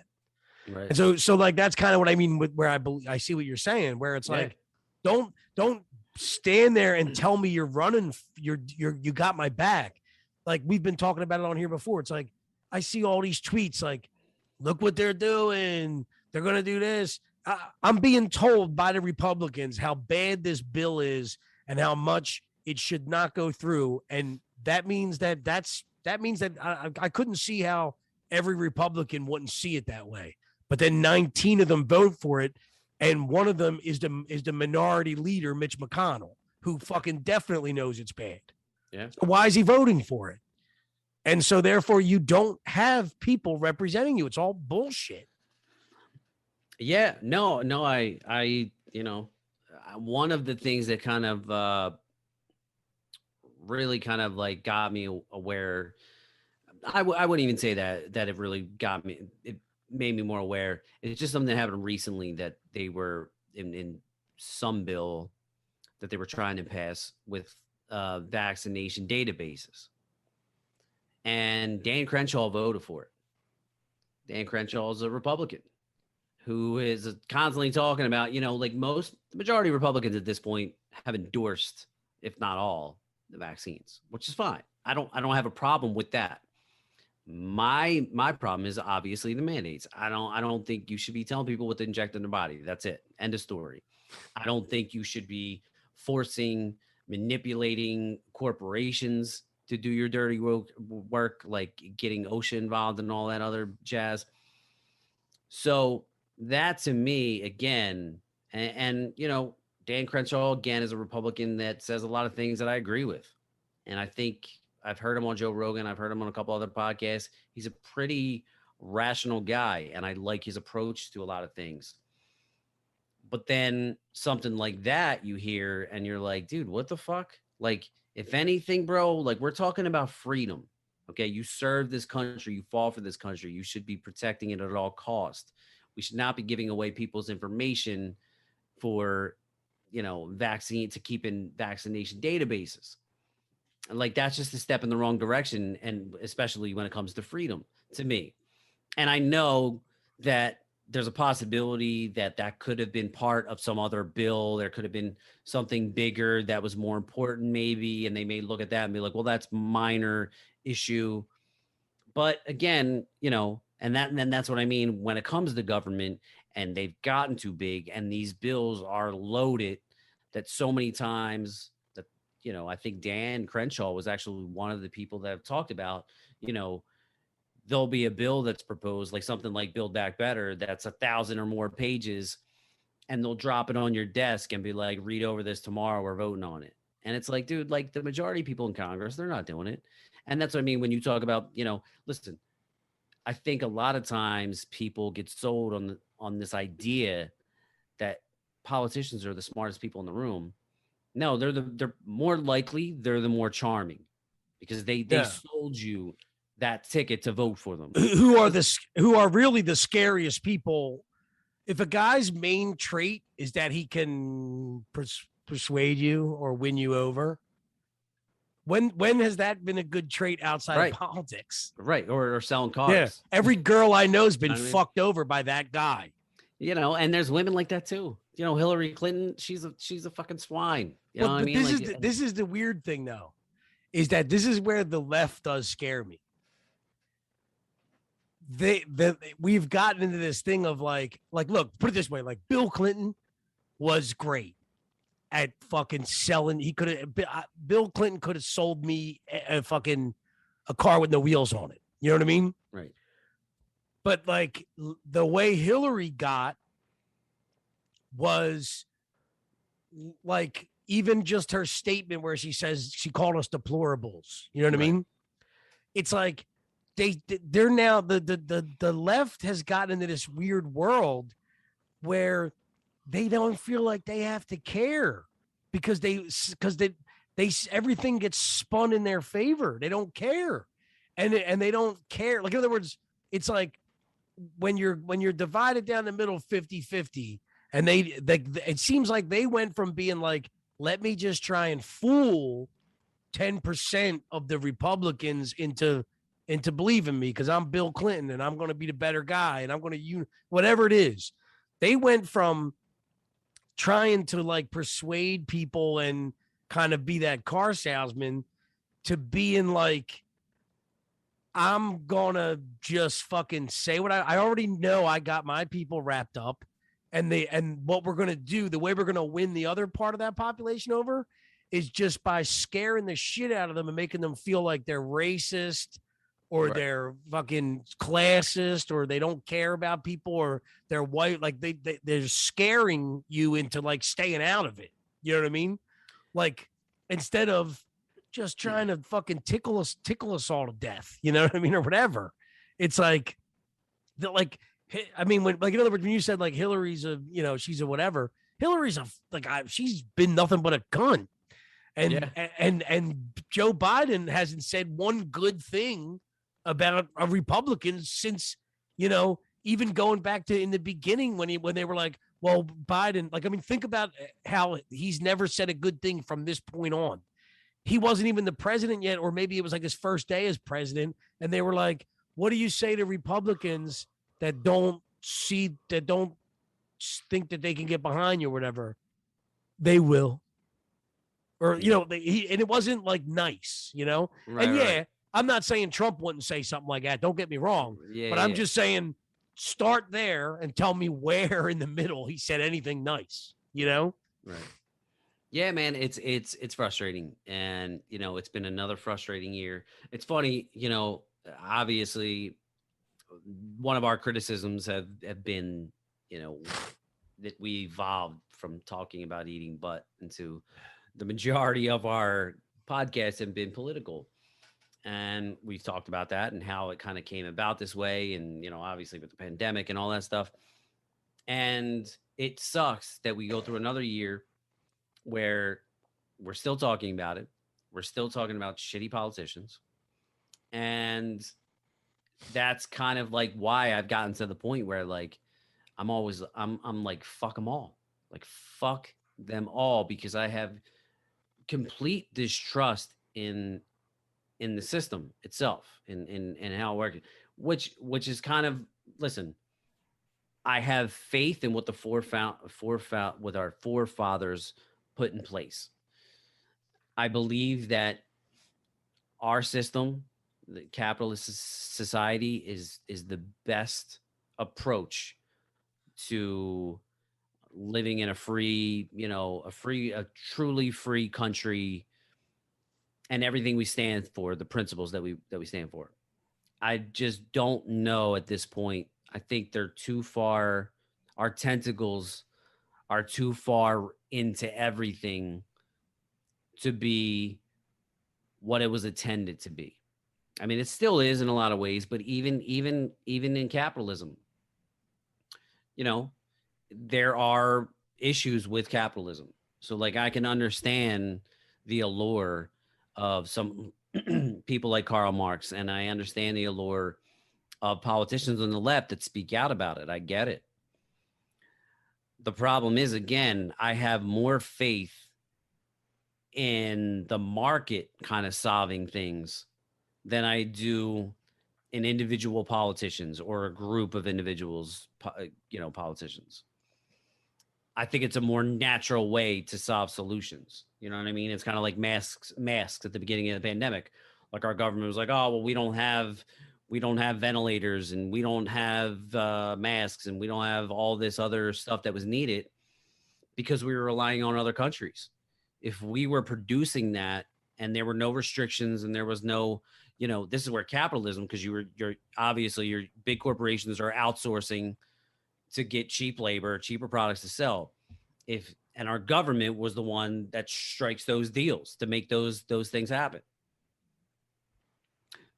Without that government intervention, we would have markets, more free markets, more opportunities for people to just go out, start a business without restrictions from the government and let that work out. Like Elon Musk, speaking about him, he was like, something's wrong when a student coming out of college can't take a $10,000 loan out to start a company, but can take $100,000 student loan debt out. Yeah. And he's right. You know what I mean? Like there's a lot of opportunities there that you can do with smart, as long as you're smart with it, with that $10,000 and investing in yourself, invest in a new company. But our government has gotten so overreaching that a lot of times it's very difficult for people to start up businesses because there's too much government overreach. You know what I mean? But again, going into the, one of the things that I've been trying to think of recently, it's difficult because I had so much stuff going on. And especially this time of the year, I don't know about you, I fucking hate this time of the year. Like for multiple reasons, like just being out in traffic is just outrageous. People are stupid. They don't know how to drive. Like and if they do, they're just ignorant. Going into stores, they're just madhouses. And it's just like, dude, I just don't like, it's just funny how this whole pandemic has switched my mentality from like, I wanted to go back, growing up in the city, I wanted to go back. Now I'm like, dude, I want to go up to the mountains. Like I want to be away from people. Yeah. You know what I mean? Like I want that country living now. Whereas like, I always wanted to be in the city and be like, be in the mix of everything, all the restaurants, all the bars, all the nightlife. Obviously, that you slow down a little bit, that your priorities change. But the pandemic really kind of, not that I really necessarily wanted like the nightlife as much anymore, but the pandemic just really shifted my idea about being around so many people and like defunding the police and seeing in so many cities crime going through the roof. But I've been trying to think of things, positive things. And I'm glad that I have this show coming up because that's really kind of kept my mind and kind of gotten, my mind occupied with other things other than politics. It's been able to, keep the creative juices flowing. So what are you looking forward to in the new year? Man, well, going back to what you just said about like how we started off talking about eating butt, and now we're turning to politics. I was actually kind of in a good place up until like past couple days. Yeah. So now, I mean, that's a tough question because in January, the vax passport start here. I'm not doing that. Yeah. So I'm going to have to wrap my head around. I might have to leave. I have to leave. I want to go to Austin still. It's still happening. Yeah. It just like at first I was thinking the other day, maybe I'll just keep working at this job I'm at and then like turn it over, open back up in March. And I'll just because I got my finances straight now, and I can, rather than go and put myself in a hole and try and leave, I could try and really get my finances straight and just give it one more season down here. But I don't know, man, because there's a lot more like I said, like I don't want to think about this COVID stuff, and I don't want to whatever. Yeah, but the walls, it feels like the walls keep closing in, and you're like, Right. dude. Yeah, like, dude, like, do you realize when I was texting you, like we were joking, if Omicron did, well, first off, for anybody listening, like I'm 100% positive that I have Omicron right now, so I'm not going anywhere for Christmas. Or I had it. I definitely had it. It's not one of them things where I'm like, oh, I was sick. Everyone around me had something, and the person that I deal with on a daily basis was saying, man, I can't believe everybody's sick and all I have is the sniffles. That person just went and got tested for fun of it. This is someone who I've been directly in their face for a week, and they have COVID. So, you know, that's kind of ripped my holidays apart. But do you remember when I was texting you and I'm like, fart girl? Yeah. Well, the main joke that I was kind of getting at with you in a funny way was I didn't have any political shit to talk about. I thought we were going to be talking about the monkeys thing and the fart girl and God knows what else. And there was a couple other stupid things to talk about. And then boom, Omicron, vax passports. Right. We kind of, whatever. We got a little sidetracked there. Yeah. Yeah. And no, but then the other thing too is I was literally thinking about it today. I'm like, how can we keep beating ourselves up because we'll be like, you know, it's all politics, it's all whatever. And that is a big criticism because that was not the plan of this. Never really was, dude. Yeah. It wasn't. The funny part was I even said to you, we could do a Donald stuff thing, but I don't really want to do that because then it would be politics. Yeah. You know, in the very beginning, we were nah, we'll do this, you know? Yeah. And a lot of our conversation in the beginning was even me saying to you, like, I really don't want to touch politics, you know? Right. Not like I'm saying you wanted to touch them, but I was scared that having kind of open form conversations would bring us to politics, and we really didn't want to be politics. Even you were saying it. But then I have one thing to say to all the liberal people that we might know that say that, okay? Maybe it doesn't anger you, but if you tell me that your world isn't if you're going to tell me, man, go do something, dude, every day you wake up, you put a mask on, you're discussing whether you're going to get your kids vaccinated, you're discussing whether you're going to get your booster. The difference is that in your head, it's like, well, I guess we got to get another booster, you know, whatever.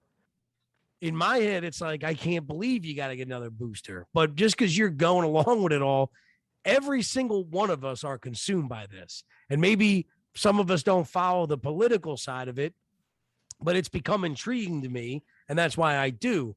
When you watch a hearing that you would have never watched before, and you hear them asking someone about a tweet they made where they're talking about a show that you like or people that you like or stuff that you like to talk about, and that person has tweeted out how it all should be removed from the internet, and now they're about to be in control of censorship in public media, you know? So if you think that, you know, if in your mind you think that, you know, it all should be removed, and then you find out, oh, Biden nominated this person, you see that headline, you smile, you put your mask on, you go down and get your booster shot, and you're like, oh, thank God we're not thinking about politics all day long. Well, you are, because you're doing it. You know what I mean? Right. You're living in it. Like if you somehow right now today feel in the back of your mind that you're not thank God you're not overtaken by politics like some other people may be,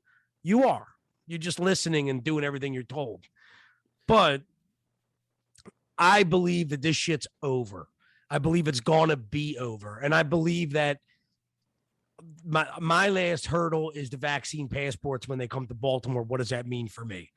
If that goes like everything else kind of has, where there's more of a hubbub behind it than there is actual fucking, you know, action, then I believe that as of next year, these things, these, you know, the media, the politicians, even like when we're talking about how we are consuming politics. Well, at the same time, I'm done with listening to any of them. I don't really care anymore because even people that I like, it's like, well, what are you doing about it? Nothing. Okay. Right. So you're a piece of shit too. So I don't care. Right. So, once the vaccine passport thing gets, because I mean, I might not have a job, I guess. I don't know. What do you do?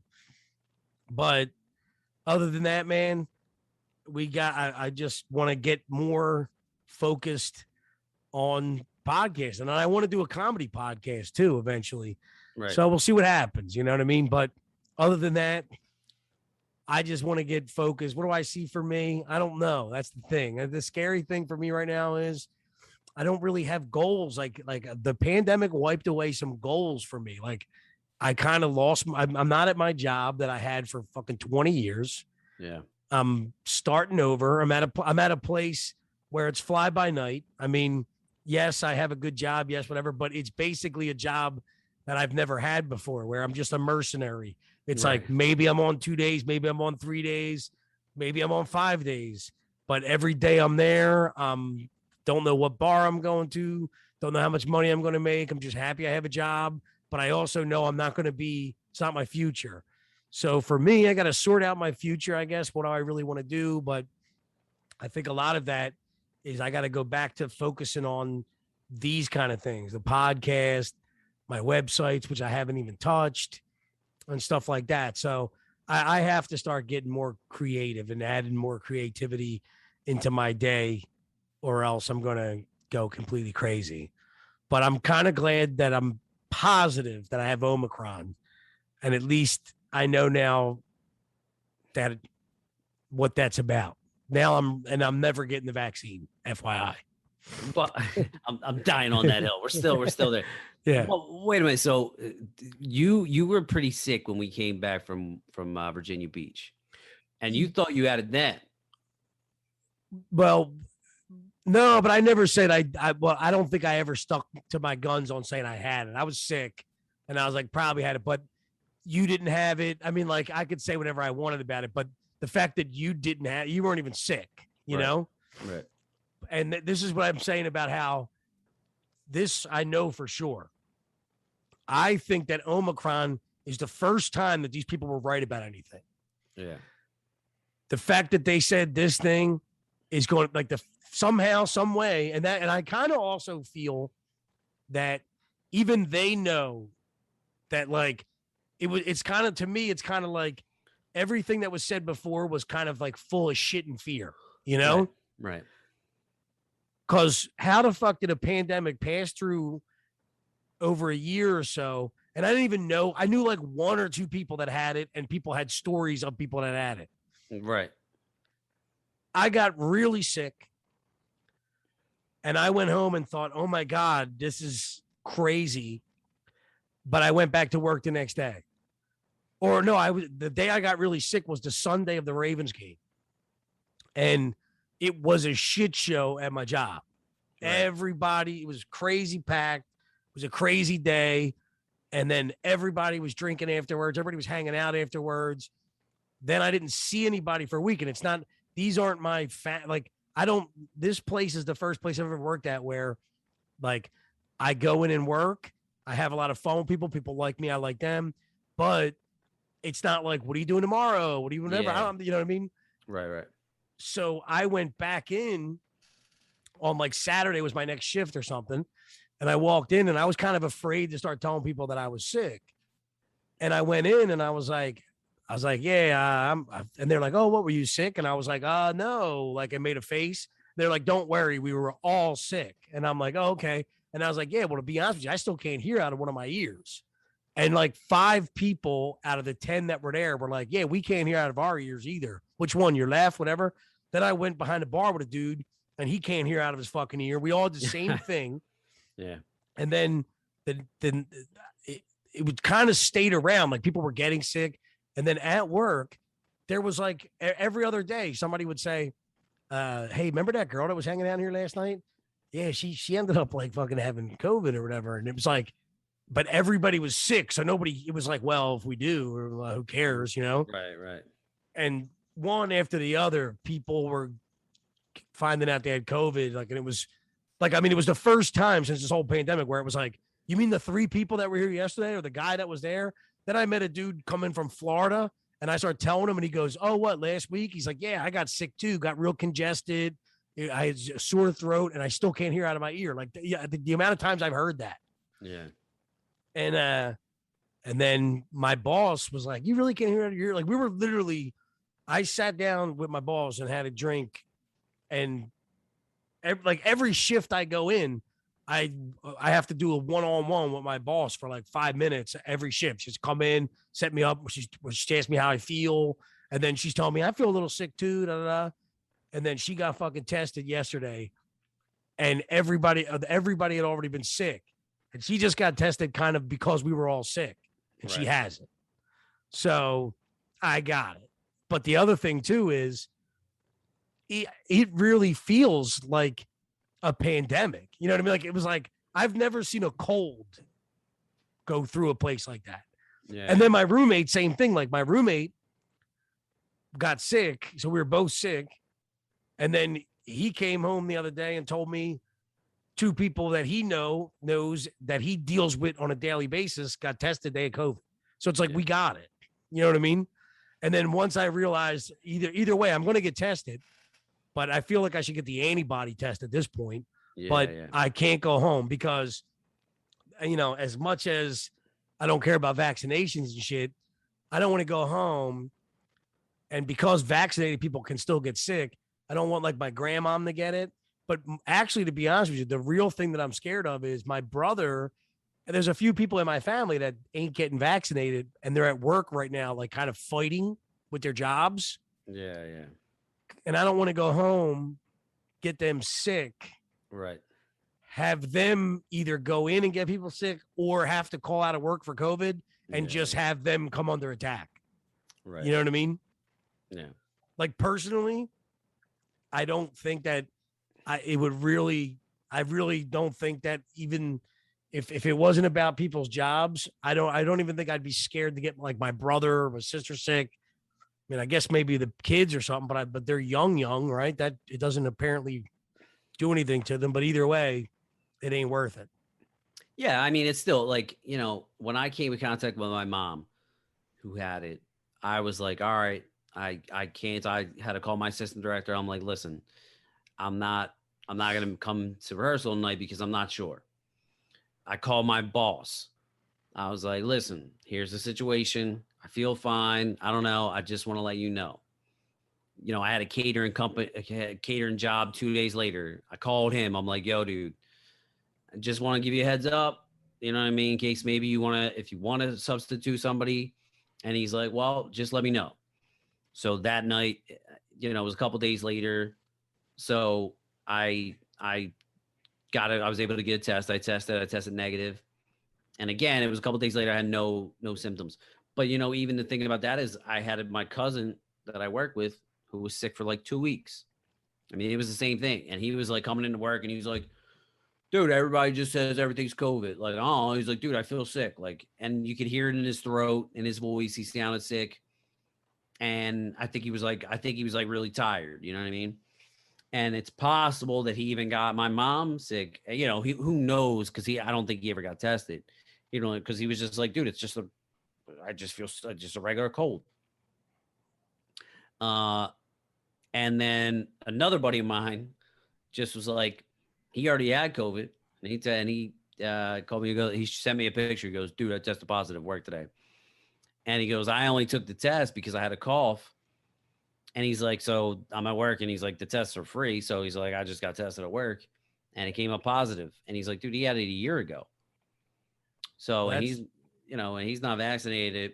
I you know, it is what it is, man. Like at this point, I'm kind of like, hey, if there's a strain to catch, this is probably the one. Yeah, well, that's the thing too. It sounds like like in other words, think about it. Like maybe, you know, like, well, what they're saying too, like what, I don't know if you know, whatever, but they, you know, the whole point of this, what a virus does, which I've never known, I'm not trying to teach anybody it, but I've read when the Delta when the Delta variant came around, I read it where they said usually the viruses get weaker as they go on. So Yes. people were saying, oh, the Delta virus is so bad.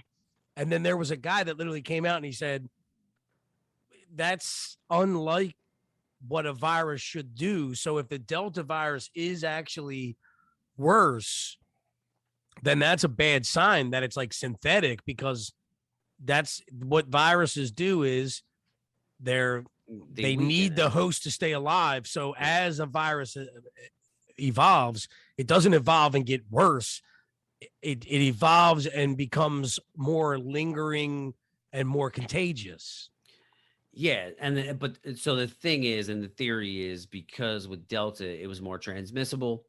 So the fear was, if it's more transmissible, more people will die. It may not have been as deadly on the surface as the original strain, and that's kind of the same thinking with this. This is even less potent as Delta. Yeah. But because I forget what they said, 120 times more transmissible, something like that. So because of that, you could see more people die because it's so transmissible, but it's not going to kill the average person. You know, it's, dude, who the fuck knows? Yeah. And then the other thing too, just to end the fucking COVID Omicron thing, is no one still can tell you, like, oh, they weren't ready for Omicron. Yeah. But how do they know? Like somebody said the other day on Twitter, but like, I mean, I hate to point out just random people saying shit on Twitter, but the guy's like, I still don't know how they know it was Delta virus or Delta variant. So how do they know it's Omicron? Like what? Like and I'm not even saying that like I don't believe them. I would love to know how they know. Like you go in and you take a test, the same test. They didn't update the test because they didn't even know Omicron was coming. Right. So they're sitting there on one hand going, we weren't ready for this. We don't know. And now everybody's taking all the home tests. So they're all gone. They didn't like take all the old tests off the shelf and put on the Omicron test. No, they just make assumptions based off of, I guess, your symptoms, the severity of the symptoms, and based off of what the dominant strain at that time is. Again, it's no different than the flu. The flu, they change the flu strain, the flu shot every year because it changes. Well, no. What they do with the, you're right, but that what they do with the flu is, it would be like, let's just say we live in a world now where COVID exists, but it's COVID, Delta, Omicron, flu, right? Yeah, no. So what they do is they apparently, with the flu, like, so let's just say that the flu has those same things. Right. The beginning of every flu season, they kind of watch data from other places or whatever they do, and they make an assumption, right? So they said that's why sometimes they have worse flu seasons than others. Yeah. Is because they just make the vaccine, the flu shot will be all Omicron, because they'll be like, looks like it's an Omicron thing. And sometimes they're wrong. So sometimes you get a flu shot and they made a bad assessment on what was going to be here, and the other flu comes in. This stuff is ridiculous. Is the flu gone and now it's COVID, or is it COVID flu? Is it all kinds of shit? What is going on? Omicron. What is going on? I don't know, man. But I know one thing. I wish that since we mentioned earlier about the fart text, which maybe some people don't know, we will tell that quick story, that there's an influencer. I don't even know what she is, but she's pretty hot, but she sells her farts in a jar. Dude. And she makes what, like $100,000 a month? Well, here's the thing. She says she sells them for $1,000 a jar. Wow. Okay. I'll be really honest with you. What I think she's doing is, I think that she's a genius and she found a niche, and nobody's buying her farts. Nobody buys her farts, but she's the fart girl now. And she let's put it this way, she made a big stink on the internet. Right. And she doesn't, like, in other words, all you got to do is have a lot of fans to be Right. somebody who makes money. Yeah. So she's a pretty hot girl who kind of shows herself off, but talks about selling farts. And I think 90% of their fucking followers are people that are like, is this bitch really selling farts? Well, the video you sent me today, she was like, the majority of my customers are from India. But dude, I think it's all bullshit. And then she's showing you stuff and she's like, oh, and now I gotta, like, this is me. Like, in other words, I really believe. Now, I don't want to talk it down because the bottom line is it's intriguing if it's real. But either way, there is another angle it could be, because she's like, for people that don't believe me, let me show you what a normal day in my life. I haven't seen her fart in a jar or anything. She's just like opening up the jar. How the fuck does she how do you catch air? Well, you can fart in a jar if you want, dude. I'll fart in a jar. Just nobody will buy it. Well, I'll tell you what, dude. Why don't you fart in a jar for me for Christmas and send it to me? No. And I just want to see if it works. No, I don't want to pay $1,000 for it. So you just do it to me, and then I'll be like, all right, I guess it does work. Like, because I don't believe that shit works. I just pictured the Amazon guy like break it, or like the delivery guy like dropping it and being like, oh, I fucking oops, dude. Like his whole dude, my truck smells like COVID. What the fuck is that? It's a COVID fart. It's an Omicron fart. It's an Omicron fart. It's like anthrax. I don't know. I'll fart in a jar and send it to you. Just I'm curious. Like, I'll just write my name and the date on it. Yeah, because what I had. I would imagine that it's got to dissipate at some, especially if you're sending your fart to fucking India, dude. That's got to weaken a little bit. It's not like a freshly fart. Like, if you live next door, you might get a little better product than you do. I posted underneath her thing, what's your return policy? Exactly. Like, yeah, like, do you go like, hey, there was no fart in there? Exactly. Like, yeah, that's what I'm saying. Like, and she says that she makes all this money, and maybe it is fault. Maybe you're right, and maybe now she's like just an influencer. But like, dude, if there's a market for gas, then like there's got to be a market for like bodily fluids. Like, I'll, hey, sign me up maybe. When I first, especially like unvaccinated, bodily fluids. Like, I wonder if there's a market there. When I first started selling shit on eBay years ago, I would sell like old clothes or whatever. And I put like a pair of boxers on there that were like brand new. You know what I mean? And I got some weird questions. I can't remember. I was just thinking, I'm like, I like where this is going. Well, no, so I got like weird questions from them. This wasn't that exciting for me. But then I started like, I asked like my brother was like selling shit online, and he's like, bro, yeah, dudes, there's dirty underwear buyers. And then after I went down that rabbit hole, I started looking. Yeah. And what would happen is you'd find somebody like it'd be either a girl or a guy, but we'll just say girl. And they'd be like, you'd see like a pair of panties, right? Then you'd go and look at the thing and it would go like, I never wore these panties. And it'd be like a wink, wink, wink. Like they had to like word it in a way where it was like, these are brand new panties, and they weren't. And then there's people that were selling stuff like brand new Nike Airs right inside the box. But like next to the box would be like underwear.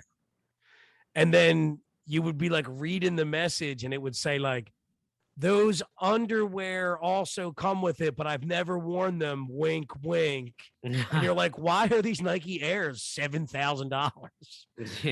But no, dude, they sell it. They sell it like crazy, and eBay tries to stop you. So, but I'm at that point. I'm at that point in my life where I'm like, I'll sell some soiled drawers. Yeah, dude, I'm telling you, man, people are fucking weird. And like, and I know, like, I always thought it was weird, like seeing like some fetishes with people. Like, I guess I'm pretty boring sexually. Like, I don't really have any fetishes. Like, I don't like my fetish is I like ass. Yeah, like feet don't get me off. Yeah. And like, I don't mean asshole. I mean like I like a girl's ass. Right. That's my fetish. Like some people are like, oh, dude, like I want to have like two girls, and it's like, yeah, like that's cool, but like, I don't I'd love that. But go ahead. Yeah, like of course, but like I don't really need it. I don't even think I could do it. I'd be like, what do I do now? Yeah, like if you gave me the option of like a really super hot chick or like two girls. Like I would just take the super hot chick by herself. You know what I mean? I mean, that's just me. But again, like I said, I don't really have any weird fetishes. And like I remember seeing a video of like motherfuckers going crazy over like naked chicks that were like sitting on balloons and like popping them. Yeah. Like people were going crazy for it. Like if I go crazy over that, like in other words, like if we went out and some girl was like, we want to get naked and pop balloons about our asses. I mean, I'd be like, okay. Yeah. But then the whole time they're doing it, I'd be like, can What's we the fuck point? yet? Yeah, like what's the point of this? Like, can But we like skip if past I the balloon part? yeah, but like if I looked over and like you were like, oh my god, pop pop pop, I'd be like, all right, this is getting weird. Like if it wasn't moving, like Kim Yeah. Kardashian was like standing next to me and it wasn't moving, and then some chick sat on a balloon, I was like, oh, Yeah. I can't control Yeah. myself. Like, that's just like weird shit. Like But put it like, this way, if a girl came over here naked and started just popping balloons with her ass, and that's what she said she was gonna do, great. But when she ran out of balloons, I wouldn't be like, what are we gonna do? yeah, like, Like, dude, I don't know, man. Like, I had a conversation with a buddy of mine recently who was like, man, I had to like really stop watching porn. He's like, it got really, really bad. And I was like, oh yeah. And he goes, dude, like fucked up. Like I was watching like crazy fucking porn. And he was like, and then it got to the point where he's like, dude, like I was watching chicks like that, like were dressed up as like clowns and like banging each other. And like, then like he's like, then I couldn't have like regular sex because I want like now you got to dress up like a clown or something like. yeah. And I'm like, dude, I've never gone that rabbit. Like it's funny.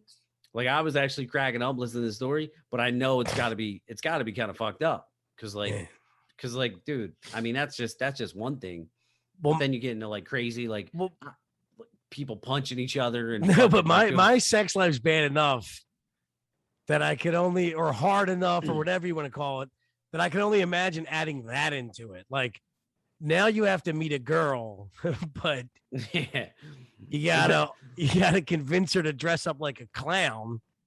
Yeah, like it's and hard then enough. You got to dress up like a clown. Like you got to come home with your 40-year-old dick and be like, stay hard, stay hard. Yeah, like dude, it's hard enough to get laid as it is. So like imagine if the only way you get excited is if like this girl you brought home to the bar, you're like, can you put on this red nose and this red wig? Like that's she'd be like, get the fuck out of here. Yeah. What do you want to be? Stormtrooper or Darth Vader?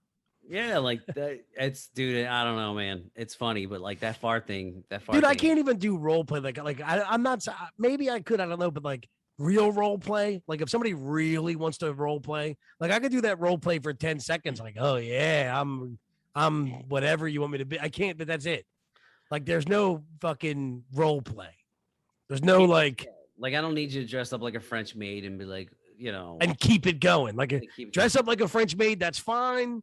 I'll come in for a second and be like, "Oh, you fucking just take it off." Yeah, like it's over. French maid is over.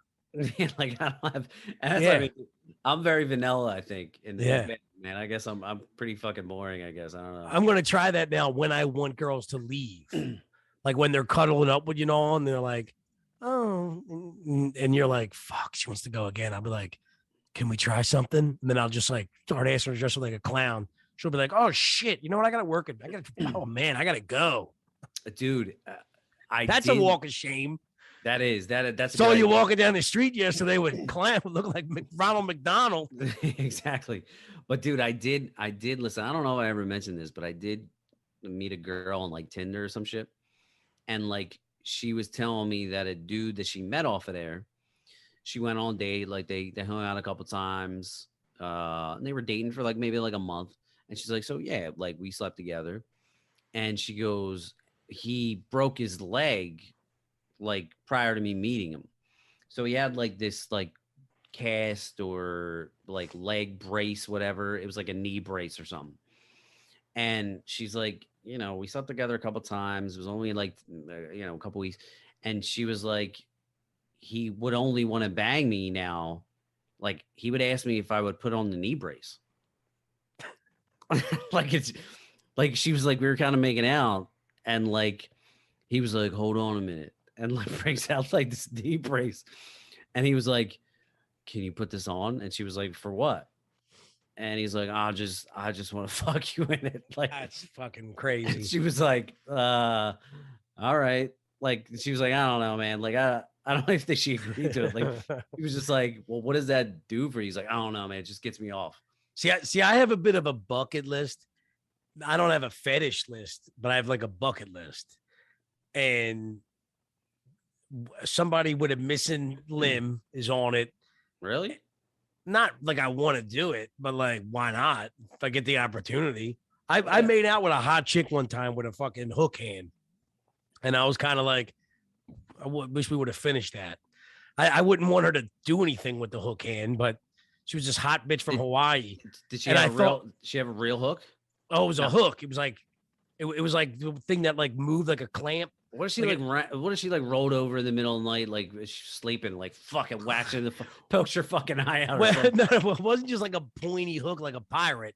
It was like a hook thing that could actually move. Oh, so it was like a hook, but it like when I say hook, like imagine like a metal L-shaped thing that didn't have points in a sense, and like it kind of came apart into threes like a web. You know what I mean? Right. Like it was like a hook and it opened up wider, like if she needed to make it like fingers.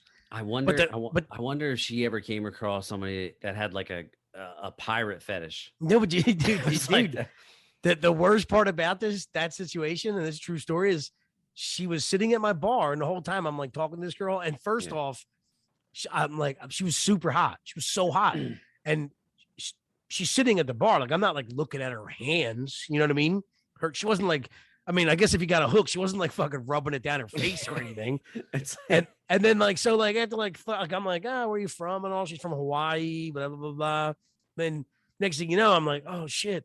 I remember like going to one of my friends and like, yo, that girl's got a hook for her hand. And then I started going into this place like in my head where I'm like, well, fuck, that's fucked up. Like, so the girl's got a hook for her hand. So what?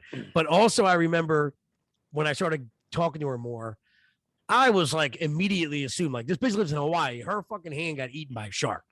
100%. Right. And then I remember like, what happened? I remember I was like, I don't even know what happened. And it was like, oh, I was born like this. And I remember being like, man, I had just like, I asked her what happened where I was like, we know what happened. Right. You live in Hawaii. A shark ate your hand. Obviously. So, yeah. So there's like a this was my go-to. There's like a radio thing behind the bar. And she's like, she wanted music on and shit. And I was like, come back here and just put it on. Cause I don't have like messing with it. And like she came back there and I went back there. I was like, whatever. And then I just started making out with her. So I'm making out with the hook hand and I'm thinking, all right, I'm going to bang this girl with a hook for a hand. Dude, I turned around like an hour or so later. She was making out with some other dude at the bar. Fucking hook hand was a whore. Well, I was thinking she might have to be. Right? Yeah, maybe you're right. You're making me feel better because I never thought about that. But maybe she might have like, to be. Maybe she was like, I've never got this much attention in my life. Yeah, like she might feel a little bit insecure about something, like, dude. Yeah. So like any dude that gives her attention, she's like, well, I do have a hook for a hand, so like I might as well jump on this. So like a hook for a hand was never like a thing on my bucket list, but it was like being like having my fucking heart ripped out by a girl with a hook hand, metaphorically or whatever. Right. Was because I mean she could have done it the other way too, which would have been crazy. But that made me kind of always want to return to that, get my dues. Get your revenge on I imagine if I ever get the opportunity and do it, the girl won't. It'll be like this girl was hot, and then it was like, oh, she got a hook hand. I'll probably be going like, oh my God, I can't believe I'm doing this. I'll be like a fucking pirate. But yeah, I want to do a midget, man. It's got to be like a hot midget, though. There's hot midgets out there. I don't want like a midget, like any midget. There's not many hot midgets. I'm sorry. And I don't know if we have any midget fans. Probably not. But like, if we do, I apologize. I mean, I love Peter Dinklage. I'm not going to bang him, but like, I love him. Yeah, but you get the right one. They're thick. They're thick in the right places, those little midgets. Dude, no, man. It feels weird, bro. Like I feel like, are you an adult? like I just Maybe that's part of it. It's a big mix, dude. like I even told I said it the ones that what like really would bother me too if there was like a midget and like she like couldn't hop up on my bed, so she had to like roll up on it or something. like had to like climb and like roll off it or something. Wait, dude. Like I'd be like it seems like a kid. I got the perfect bucket list for myself now. I want a short midget and a giant. Hook hands. I'm in heaven. Just once. I'll get my short bucket list out of the way. Boom. That's maybe Marcy's fucking tall, so maybe you get Marcy on one end and. But could you imagine like having Marcy and then a midget, and that's your double team? That's fucking. I wouldn't know where to go. I wouldn't know. Like, I wouldn't know where to go if they were both normal size. Yeah, with all their hands. Like you'd be eating. Like I don't know. It would be so uneven. Everything would be so uneven. Even if they were laying down, it would be so uneven. Yeah. And what do you do? Like if they got the hook hand, like they got to be tempted. You know what I mean? Like in other words, like there's some things you can't control. I would imagine when you're just kind of having sex or whatever, you'd probably have to really watch out for that hook. You know what I mean? Yeah. Like I was trying to imagine, like if the midget was on like one side, like if she was laying down, and maybe we were like she was like blowing you or something, and then you like try to like turn around, stick it right in Marcy, but it's like her kneecap. And then you got to climb up. So then you're kicking the midget like in the face. Yeah, there would probably have to be a lot of like somebody would have to take control and give verbal commands. I feel like Marcy would be good with that. There would be some staging involved, definitely. I think Marcy could take control of that situation. I feel like. Oh wait, and they got to dress up as clowns. Yeah. I don't know, man. You get them right there. You almost have everything you wanted off your bucket list. And then you pull out the clown makeup and they're like, this is too much. I'm out of here.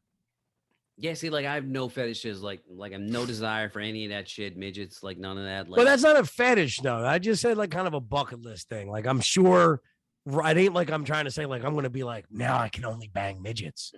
I just want to bang a midget. Why not? Right. You know? Like for me, it's just hot chicks. Like if you were like, oh, like what's your thing? I'd be like, I don't know, Megan Fox. Yeah. You know what I mean? Like I'd be like, that's it. Like fucking Machine Gun Kelly's on that ass. We don't need to do anything except, just let me move it around a little bit.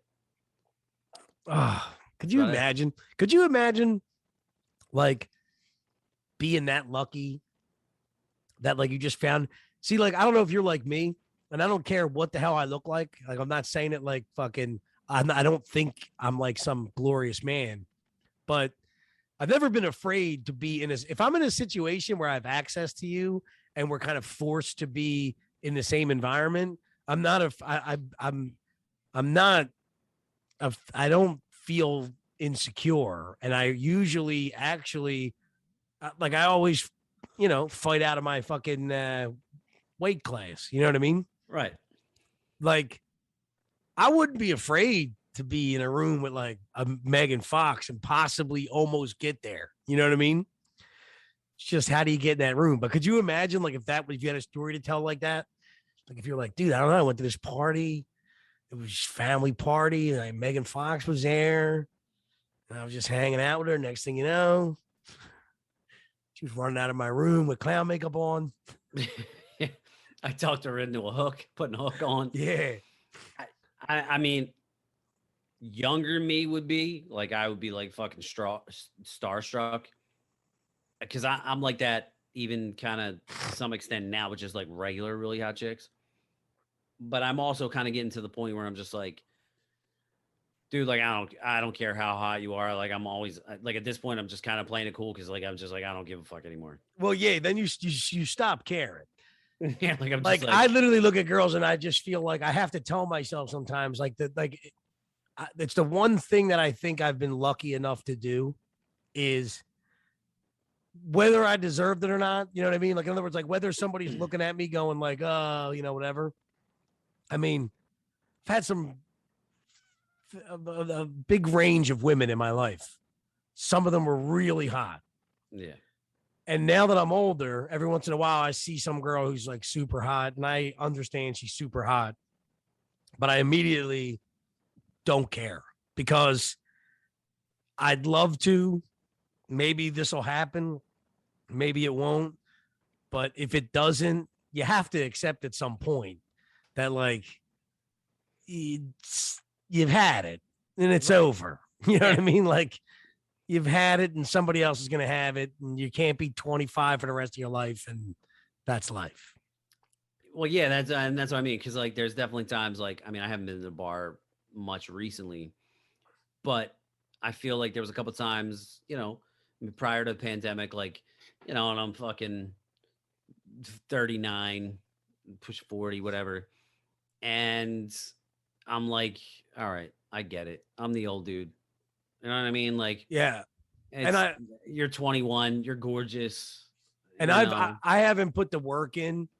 So like, just one thing being honest is, I don't know because I don't know if you feel like me with this stuff, because we've kind of talked about this and I don't think you do, but I feel like I'm not saying that I got to be perfect, but I haven't, like, back in the day when you would like go to the gym all week and you do everything right and you feel good. It's not about women. You just did everything right that week. And then you go out on that Friday and you deserve it, You know what I'm saying? No, but that's what I mean. Like, right. Like you're going out and you're like, all right, like I'm ready for this. Like you're not going out like, I don't know, maybe I will. And then your fucking friend drags you out to the bar and you weren't really ready for it. And you're in your fucking jogging pants. And next thing you know, you're still out.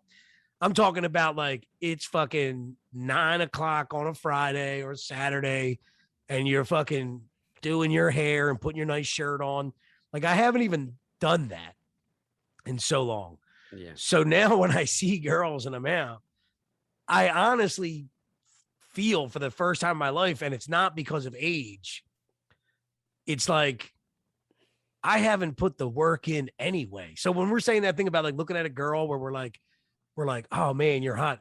Well, I'm not standing there going like, what's wrong with me? Like I'm standing there going like, yeah, I probably should have put a nice shirt on. Maybe even like thought about going to the gym this week or whatever. So like I literally look at the situation and I go like, nah, I don't blame you.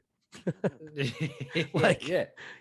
Like I used to look at guys when I was younger and I'd see a girl with a dude and even if the dude was like I'm not saying like because it's more about personality and stuff for me, with like when I would be wondering if I should or shouldn't be able to. And I would look at a girl and I'd think in my head, like, what are you doing with that dude? And I guess in turn that meant like, you should fucking be over here, Right. And like now I literally look over and I go like, what are you doing? And like the guy will be the same guy. He'll just be like, it'll be some guy who's in like great shape, but he's an idiot. But I go like, what? And then before I get that thought out, I go, yeah, you shouldn't be over here. So, so I get it. Like, enjoy yourself. Right. There was a time I might think you might enjoy my company better, but yeah, not anymore. Yeah. Well, I usually say dumb shit now. Like I'll be like, especially like a super hot chick. Like I don't really know how to react. Like I still will be sometimes intimidated by them. Like even though I'm just like I don't care. Like I know you're not gonna want to bang me, but like I'm still a little bit intimidated. It's like all I'm thinking about is banging you. Yeah. So like I say dumb shit that like I'm like, yeah, I have a podcast.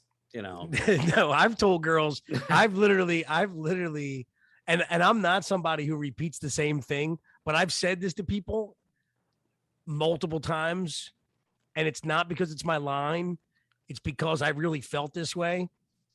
But like, I would be like sitting at a bar, next thing you know, like, those little, I never ever make the move unless there's a reason. So like, if I'm sitting at a bar, a girl's next to me, I don't just start talking to her. Yeah. But something will happen, like maybe we both go to grab the bartender at the same time, or some asshole keeps walking up to her from behind and saying something dumb. And then I'll find, maybe I'm using the opportunity, but I am also just being a person. Like, I'm not going to bother you, but this is I have to make my funny joke now or whatever, Right. But then I'll start engaging with a girl where I'm like, I like this girl's kind of cute and she's kind of cool with me, but yet I'm in fucking jogging pants. You know what I mean? Right. And I've looked at that girl and been like, and I've said this where I go, man, if I knew you were going to be here, I would have wore a nice shirt and brushed my hair, or just said Right. something like that. Right. Because, but it's like, it's as much as it might be like a liner. It's like, I kind of mean it. Like right. I came out here tonight thinking I was just going to fucking go home at 8. And now it's 11 o'clock because my friend convinced me to stay out. Never wanted to be out the way I was. And now I'm talking to a beautiful girl. And I'm in every situation I don't want to be in to be talking to this girl. Because if I wasn't in this situation, I would try and command the situation, Right. Yeah, man. Well, 2022 is a couple days away. We'll see what happens. More podcasts to come your way. Hopefully more less lockdowns. Yeah. Hopefully What are you doing for New Year's? Going anywhere? I have no plans. I'm working on New Year's. No plans. Omicron, baby. I'm working on New Year. I'm working on Christmas Eve because with the cater company they need some people, and I'm like, you know what? I'm a single guy. I got nothing.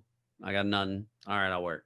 Well, I work on New Year's Eve, and I'm a little excited about it because I'm positive. I think I'm working. I think I asked my boss, yeah, but I imagine New Year's Eve can be fun, and I'll be at a different place, so it'll probably be a little different experience at least. Yeah. I mean, what's the difference of going out? Like, that's the other thing cool too, is like I can kind of do whatever I want at this place. They're not really like harping on you for like little shit, but that's also scary too. I like a little discipline because that's how I get myself in trouble. But see, now if I was in your situation, I wouldn't even mind. Like, I'd be like, yeah, I'll bartend. Like, of course I'll work. Cause like, I don't really care about going out to get shit faced anymore. Yeah. And I'm not going anywhere special, but you're still out. You know what I mean? You're still out and you're seeing the energy from other people. You get around other people and like, you can still get your little flirt on. You know what I mean? Maybe a chick with a hook comes up and likes the bartender with long hair. You know what I mean? What if I turn around this New Year's, I look over and then I see like glimmering in the moonlight. Yeah. Is that her hook? It's her. Yeah, man. The music slows down. It's like slow motion, just like the 80s kind of movies. Yeah. And then it's reunited and it feels so good. And then I look her right in the face. I say, she starts making out with somebody else. And I go, this song, I just love the hook, Yeah, that's a good one. Yeah. See that? That's a good one. That's a good one. And then they look at you and go, "Guy, you're old." But yeah, so no plans, man. Like I said, that's one thing for me moving forward is to continue, because I mentioned it to you and I mentioned on the podcast that I felt like a hypocrite to like come on here and tell people like, hey man, you got to get healthy, but that's a big thing. And I've been working out. I bought a bench. I keep buying more weights. Nice. I gotta that's what I gotta do, bro. Well, this is my thing. Okay. If I have to go to the gym, I'm not gonna go.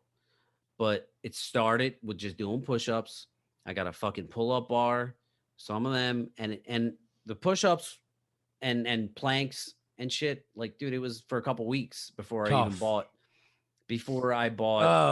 more and more weights, because then I got to the point where I was just banging out push-ups.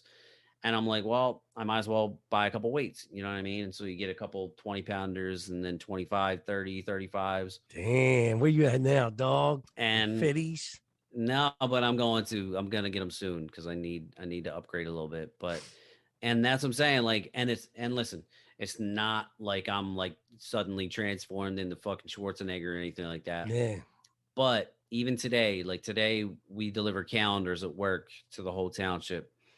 And I felt like in great shape. Like, you know what I mean? Like, I normally, like, that's a rough day. You're delivering the whole town. Yeah. You got 20 pounds on your back carrying, something around, walking.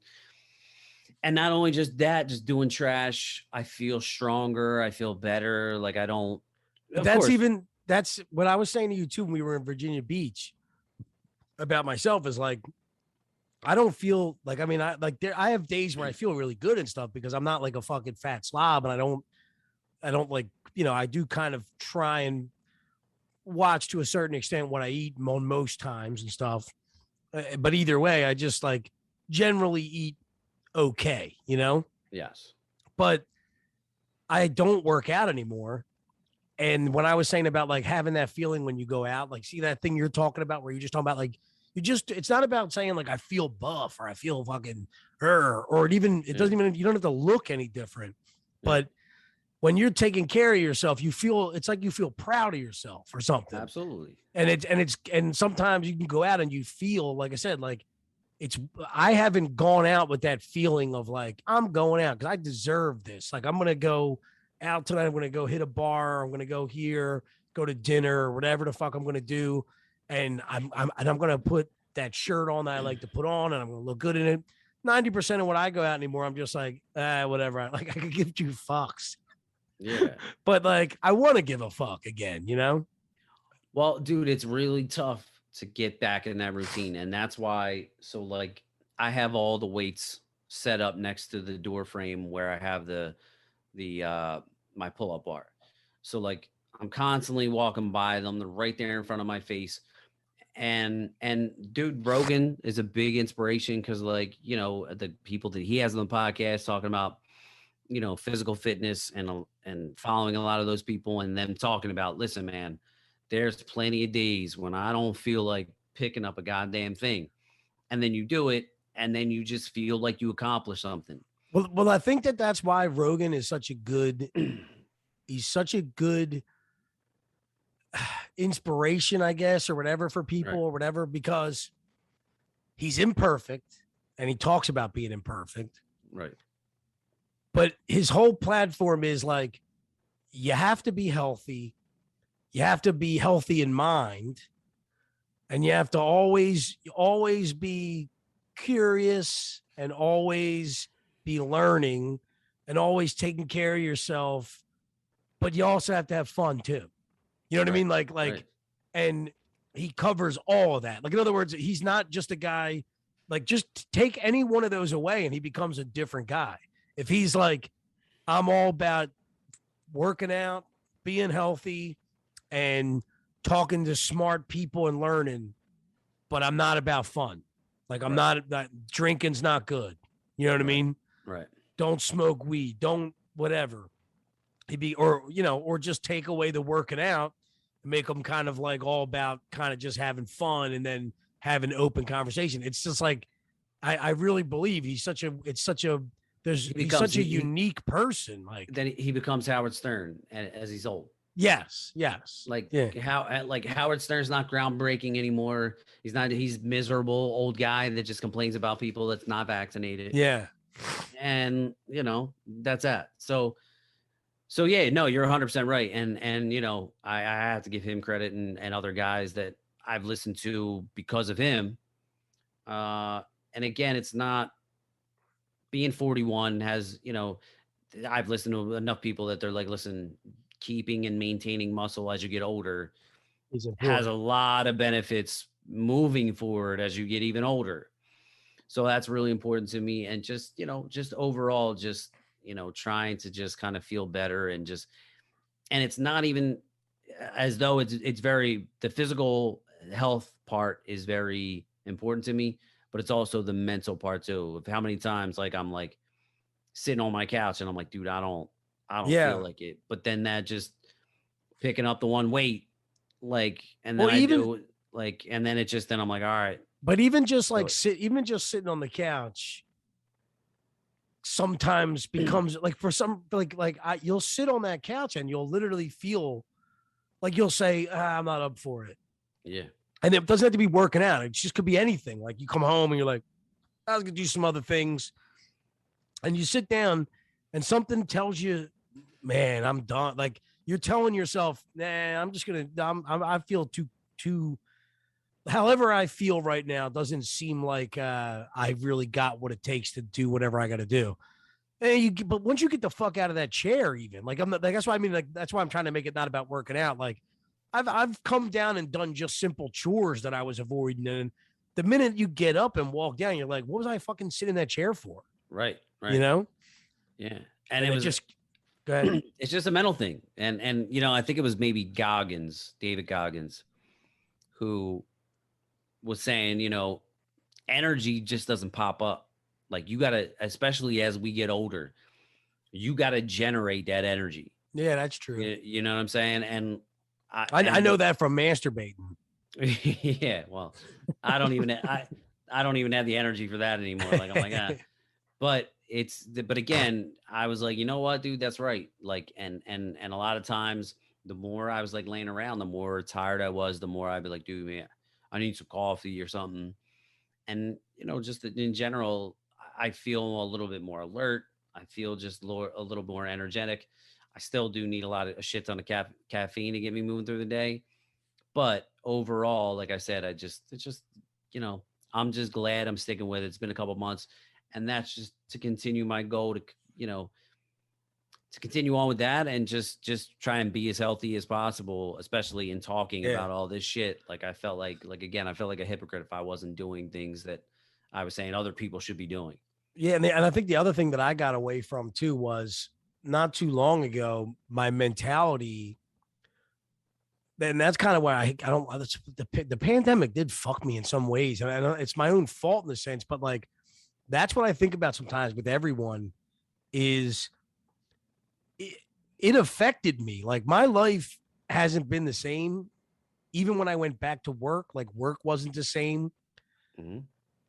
And it's not work's fault even, but I'm not trying to say the pandemic ruined me or whatever, but the thing is you jolted it took me from a guy where it was like working 6 days a week, like whatever, to like all of a sudden I became a guy where I'm like, hey, you guys want to call me out? I don't care. Like, I don't give a shit. And I thought that was a good thing at first, but now I'm kind of like, you know, there's a laziness involved with it. But before that, where my mentality was look, we're going to be, we might, I mean, anything could happen. You could die at 50, you could die at 60, you could die tomorrow. Right. But if you're going to live to be 80, like some people do, like a lot of people do, 70, whatever, if you want to enjoy the rest of this life, the best thing you could do, stay healthy, you know, because the last thing you want to do is, like you said, like not maintain muscle. And the next thing you know, you're 50 and you can't anymore. You can't Right. turn around and change anything. Right. And then you're the guy, like you could either be the 50-year-old guy that's still playing basketball with your buddies, or you could be the 50-year-old guy that just fucking has a bad back and doesn't get off the couch, you know? And just uses being 50 as an excuse. Yeah. You know what I'm saying? And, you know, so again, man, you know, that is one thing about COVID. I think a lot of people, like if I would love to see brain scans of people pre-COVID and after COVID to see how it affected their brains, because we just saw a study that just came out that said that more people died of fentanyl this past year than COVID killed them. And I think look, obviously we've always had a drug problem, but the fact that it like doubled is, in my opinion, a direct correlation to the fact that we were home. More people were depressed. They didn't have jobs consistently. So like, what else were you going to do? You drink, you do drugs, you know, because you got to find an escape. You could get, you know what I mean? Well, like, then the other thing too, somebody posted, which was like, somebody put out another tweet where, and like I said too, what's funny to me sometimes is these are just regular people. Like I might've saw it in a comment. And you know, it's not like I don't care who said it, because that's when it hits home me too, when like just some random person says something like the 400,000 deaths thing and all, and somebody said the leading cause of death this year was fentanyl. What are we doing? Like I the way I took it was like they were saying, like, you know, think like what I felt immediately was all that talk of, if one person dies, that's what matters. And we're fighting this fight, right, talking about all this shit. If that's the case, well, the leading cause of death in a pandemic was fentanyl. So what's our real fight here? I mean, the pandemic should be secondary then to fentanyl. And if fighting fentanyl should be, closing the borders for drugs, and that's where we should be putting our, when we're making that $2 trillion bill, a big majority of that should be to stopping this fentanyl shit somehow. Yeah. And I think as an individual, like, I think it's a big responsibility for all of us to look at, why are we needing to go down that road? Like, what are we looking to escape? That kind of like, obviously with fentanyl, people aren't necessarily taking straight fentanyl. It's cut with other drugs. Yeah. You know what I'm saying? So like whether it's coke or heroin, like, and drug dealers are using that to just make more product. But it's like, Bukowski and some other poets and everything that I've read. And even I think George Carlin talked about it, just in life in general. Or maybe even Bill Hicks, the fact that we, live in this world that, like, we live like Monday through Friday in this shit rat race just to get to Friday, to get completely fucked up, to just erase everything that we just had to put all the bullshit that we had to put Bill Cosby even did a thing on it. Yeah. Talk about like how we do this shit to ourselves. Never again. You're throwing up on a toilet. Yeah. I remember that. But yeah, so that's what I mean. Like, I think, well, just think about this, and then we'll wrap this baby up. But think about this. Imagine you got a wife, 2 kids, just bought a house. You don't want to get vaccinated for whatever reason. And then people are talking about vaccine passports. You're going into work, your boss is asking, or let's even just take away the vaccine passport. Your boss starts to talk about possibly closing down for a couple months, maybe laying people off because business took such a hit during the pandemic, or we don't really need that many workers anymore because we learned how to operate with less, and we don't really think we need you coming back in the office. Like, dude, your life is on the brink, Yeah. And that's gotta be depressing. Like for me, when I get that feeling, because it's just me, I get kind of filled with, I get weird when these are the kind of things that piss me off and make me actually get motivated. Yeah. Like when somebody tells me that I can't do something and I'm fucking crazy, like, oh, what are you going to, like, if somebody was to say to me tomorrow, like, oh, you're not going to get vaccinated. Like as if I am. And if I don't, like, I'll be paying a price for it. Yeah. I get fired up. Like, fine, fuck you. I'll show you that I can go fucking find a way to make a living and I don't have to get vaccinated. And I also don't need your fucking job. Yeah. But I don't know how I would then feel, like, even unless you even just say you get thrown that, like, because somebody listening might go, like, they might see that not like I see it, and I can understand it. They'll be like, well, then just get vaccinated. Well, there's a guy out there who doesn't want to get vaccinated and feels that he's going against himself by doing it. And now he, like, just that is demoralizing to, like, just go get it. And now you just feel shitty about something or whatever. Then you go to, like, your friends and they're like, oh, see, you got vaccinated. Like, that's a dumb thing to somebody, but, like, that would eat me alive.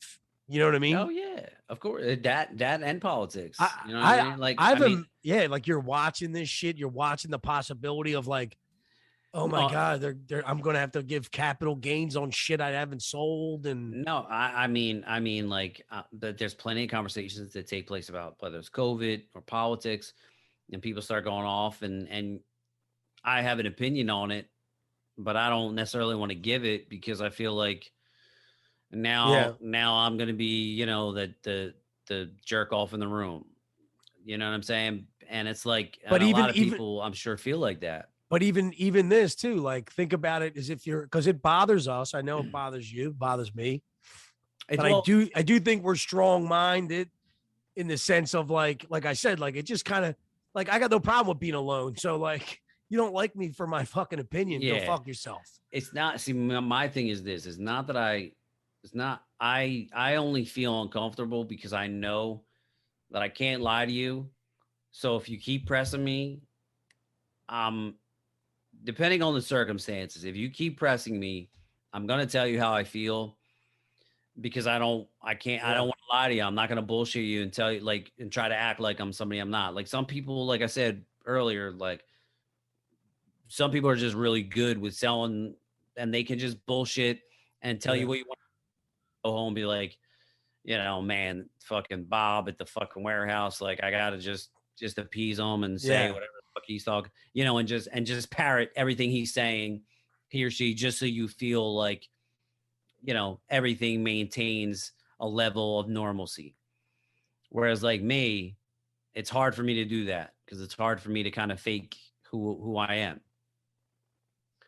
So, I to some degree, I have to kind of do it at the theater and it bothers me because like, I don't want to lie to people. I don't want to even if I don't talk about certain things, like I feel like I'm kind of like dodging. Yeah. And it makes me feel uncomfortable that I have to be that way. My key go-to, especially during like Trump era, was people would say stuff to me like, I'd be hearing a conversation and the whole time I'm going like, please don't look my way. Please don't, whatever.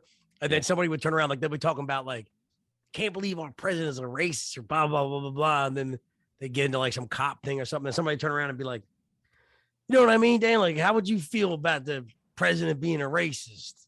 Right. And I wouldn't want to like get it. I wouldn't want to defend Trump or whatever. But then I'll like just look at them and I'd go like, well, I mean, anybody who's a racist shouldn't be anybody important, right? Right. And then like walk away. Like right. I would always try and take the conversation and say say an answer that still stuck with how I felt. Yes. Rather than say like, well, Trump's not a racist. I would just say like, hey man, I wouldn't vote for anybody who's a racist and then walk away. You know? Right. Yeah. So, but again, it sucks. It sucks that feeling. You know what I'm saying? Every Uber I get in, like I get in Ubers and it's like the dude will have like the left wing fucking media on blaring, like, then he'll turn around and be like, can you believe that Joe Manchin is fucking shit on us, right? West Virginia for his shit. And I'm just like, yeah, right up there, please. Thanks a lot. Yeah. But I always laugh. That's what I mean about, listen, I don't want, I didn't want to end it on that kind of thing, but that's what I mean about liberals right there. Yeah. Everybody I know that's a Republican is like, learn to just shut their mouth, which is kind of fucked up. And that's kind of what I meant about like how they're not trying to win anybody over anymore. They've captured this thing of, look, we can just scare and suppress them. We don't need to win them over. Yeah. And but yet at the same time, it's like nobody ever took into consideration that the guy in their cab might have a different view to them. Mm-hmm. You know what I mean? Right. Like if he got in my cab and I was blaring Trump, I would probably get like reported to Uber for whatever reason, Right. For hate speech. Yeah. Like the guy that picked me up was a fucking racist, blaring stuff, didn't even, whatever.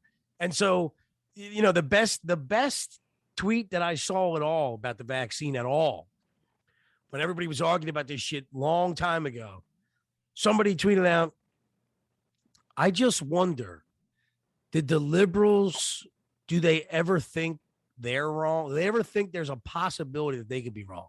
Like these people screaming at you to take the vaccine and you're saying like, yeah, but I don't trust this, or Fauci doesn't know what he's talking about, or this isn't right, or yeah. Like, have they ever said in their heads, I don't know, maybe I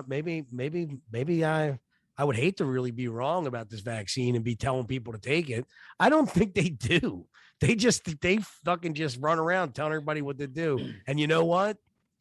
One more year. I'm not listening. There's nothing anybody can make me do. And if there's anything I want to do in the next new year, please God, do not let me end up taking this vaccine because I have to. So if that means like They're going to start fucking forcibly injecting people and everything. I want to do everything in my power because I want to be able to look back at this time and know that I didn't give in. That's what I want. I'm not giving in. Yeah. I think maybe, well, I know Florida, if worst comes to worst, I always talk to my buddy. If worst comes to worst, come to Florida. Well, I just said to my roommate when they put that thing out, I said, dude, if you want, I was like, we might be fucking going to Florida for a couple months just trying to get jobs. Because like I said to you before, dude, like I'll just go somewhere and hope I can make enough money to pay for wherever I'm living and pay for my house. Right. You know? So if I have to leave for a couple months, because I think all this stuff's going to blow over. Like I think at some point next year, like vaccine passports ain't going to be around forever. They're going to be around until they just ain't around anymore. I hope. You're a little bit more optimistic on it than I am. Well, I guess what I'm saying is like if they're not going to be everywhere.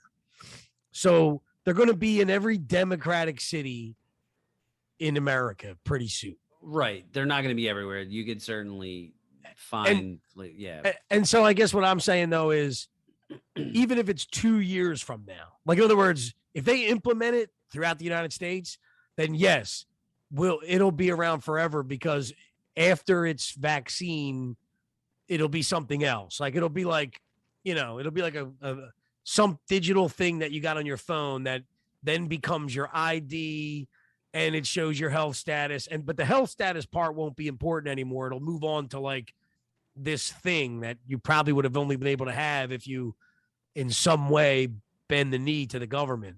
But I don't think that that stuff's going to last, especially first off, hope and pray to God that the Democrats lose the fucking midterms.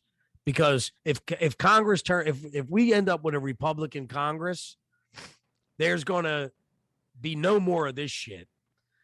And also, I mean, I hope you're right. I'm just not as confident anymore. But but my thing is this: I don't. It ain't like I'm saying that Republicans are amazing. Yeah. But if they win by the way that they're projected to win, yes, which is like 100 seats, which you give them like a 40-person majority. Yeah.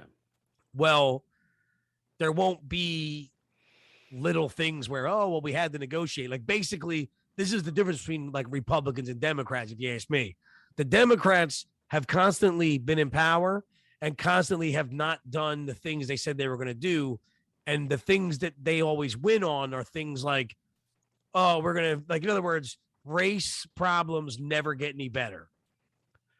But when Trump took office, I mean, the border got better and tighter and tax situations got better and they did things. If Trump would have like passed on opportunities to do those things, but then at the same time voted for like vaccine passports, yes, that's a possibility. But what would happen is Republicans will lose their voters when they don't do things that they should. Right. Democrats seem to just keep getting their voters no matter what they do. Yeah. So I feel that the way Republicans are is if they can make a sneaky little backroom deal that they think will fall under the wayside, they'll do it. And what was I supposed to do? Like you said about Dan Crenshaw saying, well, I had to let this go so that we can make this deal to whatever. But if Dan Crenshaw was the deciding vote on whether we get vaccine passports or not, he would lose all his Republican fucking following, Right. Yeah. So anyway, we'll tell you about the monkeys later. Yeah, there was a whole monkey story we wanted to talk about. But we'll save that for another time. I mean, it can be talked about another time too. It's a timeless topic. Yes. All right, Tom. Well, that's really good chat with you. It's been a long time. Yes. Hopefully Omicron has wiped its way through this place. And who knows? You could still get it if you never had it. Right. And, everybody who's listening, sorry for the delay. Just it's been very complicated getting together. I want to come to your show, dude. So if you have like an opening day, I opened the 21st. I mean, it sucks for you because I'm only running on the weekends. Can I come if I'm not vaccinated? Yes. Yeah. Yeah. Well, no, as long as we remain open, you know what I mean? I could take off a fucking weekend there. Like some of the weekend, it doesn't matter. I mean, it's boring, but like sometimes I go in really late. If especially like if every weekend there's usually one shift that like I go in at like 10:30. Yeah. And even though I make a lot of money on that thing, that's a shift that like they could, if I was to be like I can't come, they could do without it, you know? Yeah. So hopefully, like I said, we'll get back on a regular scheduled programming.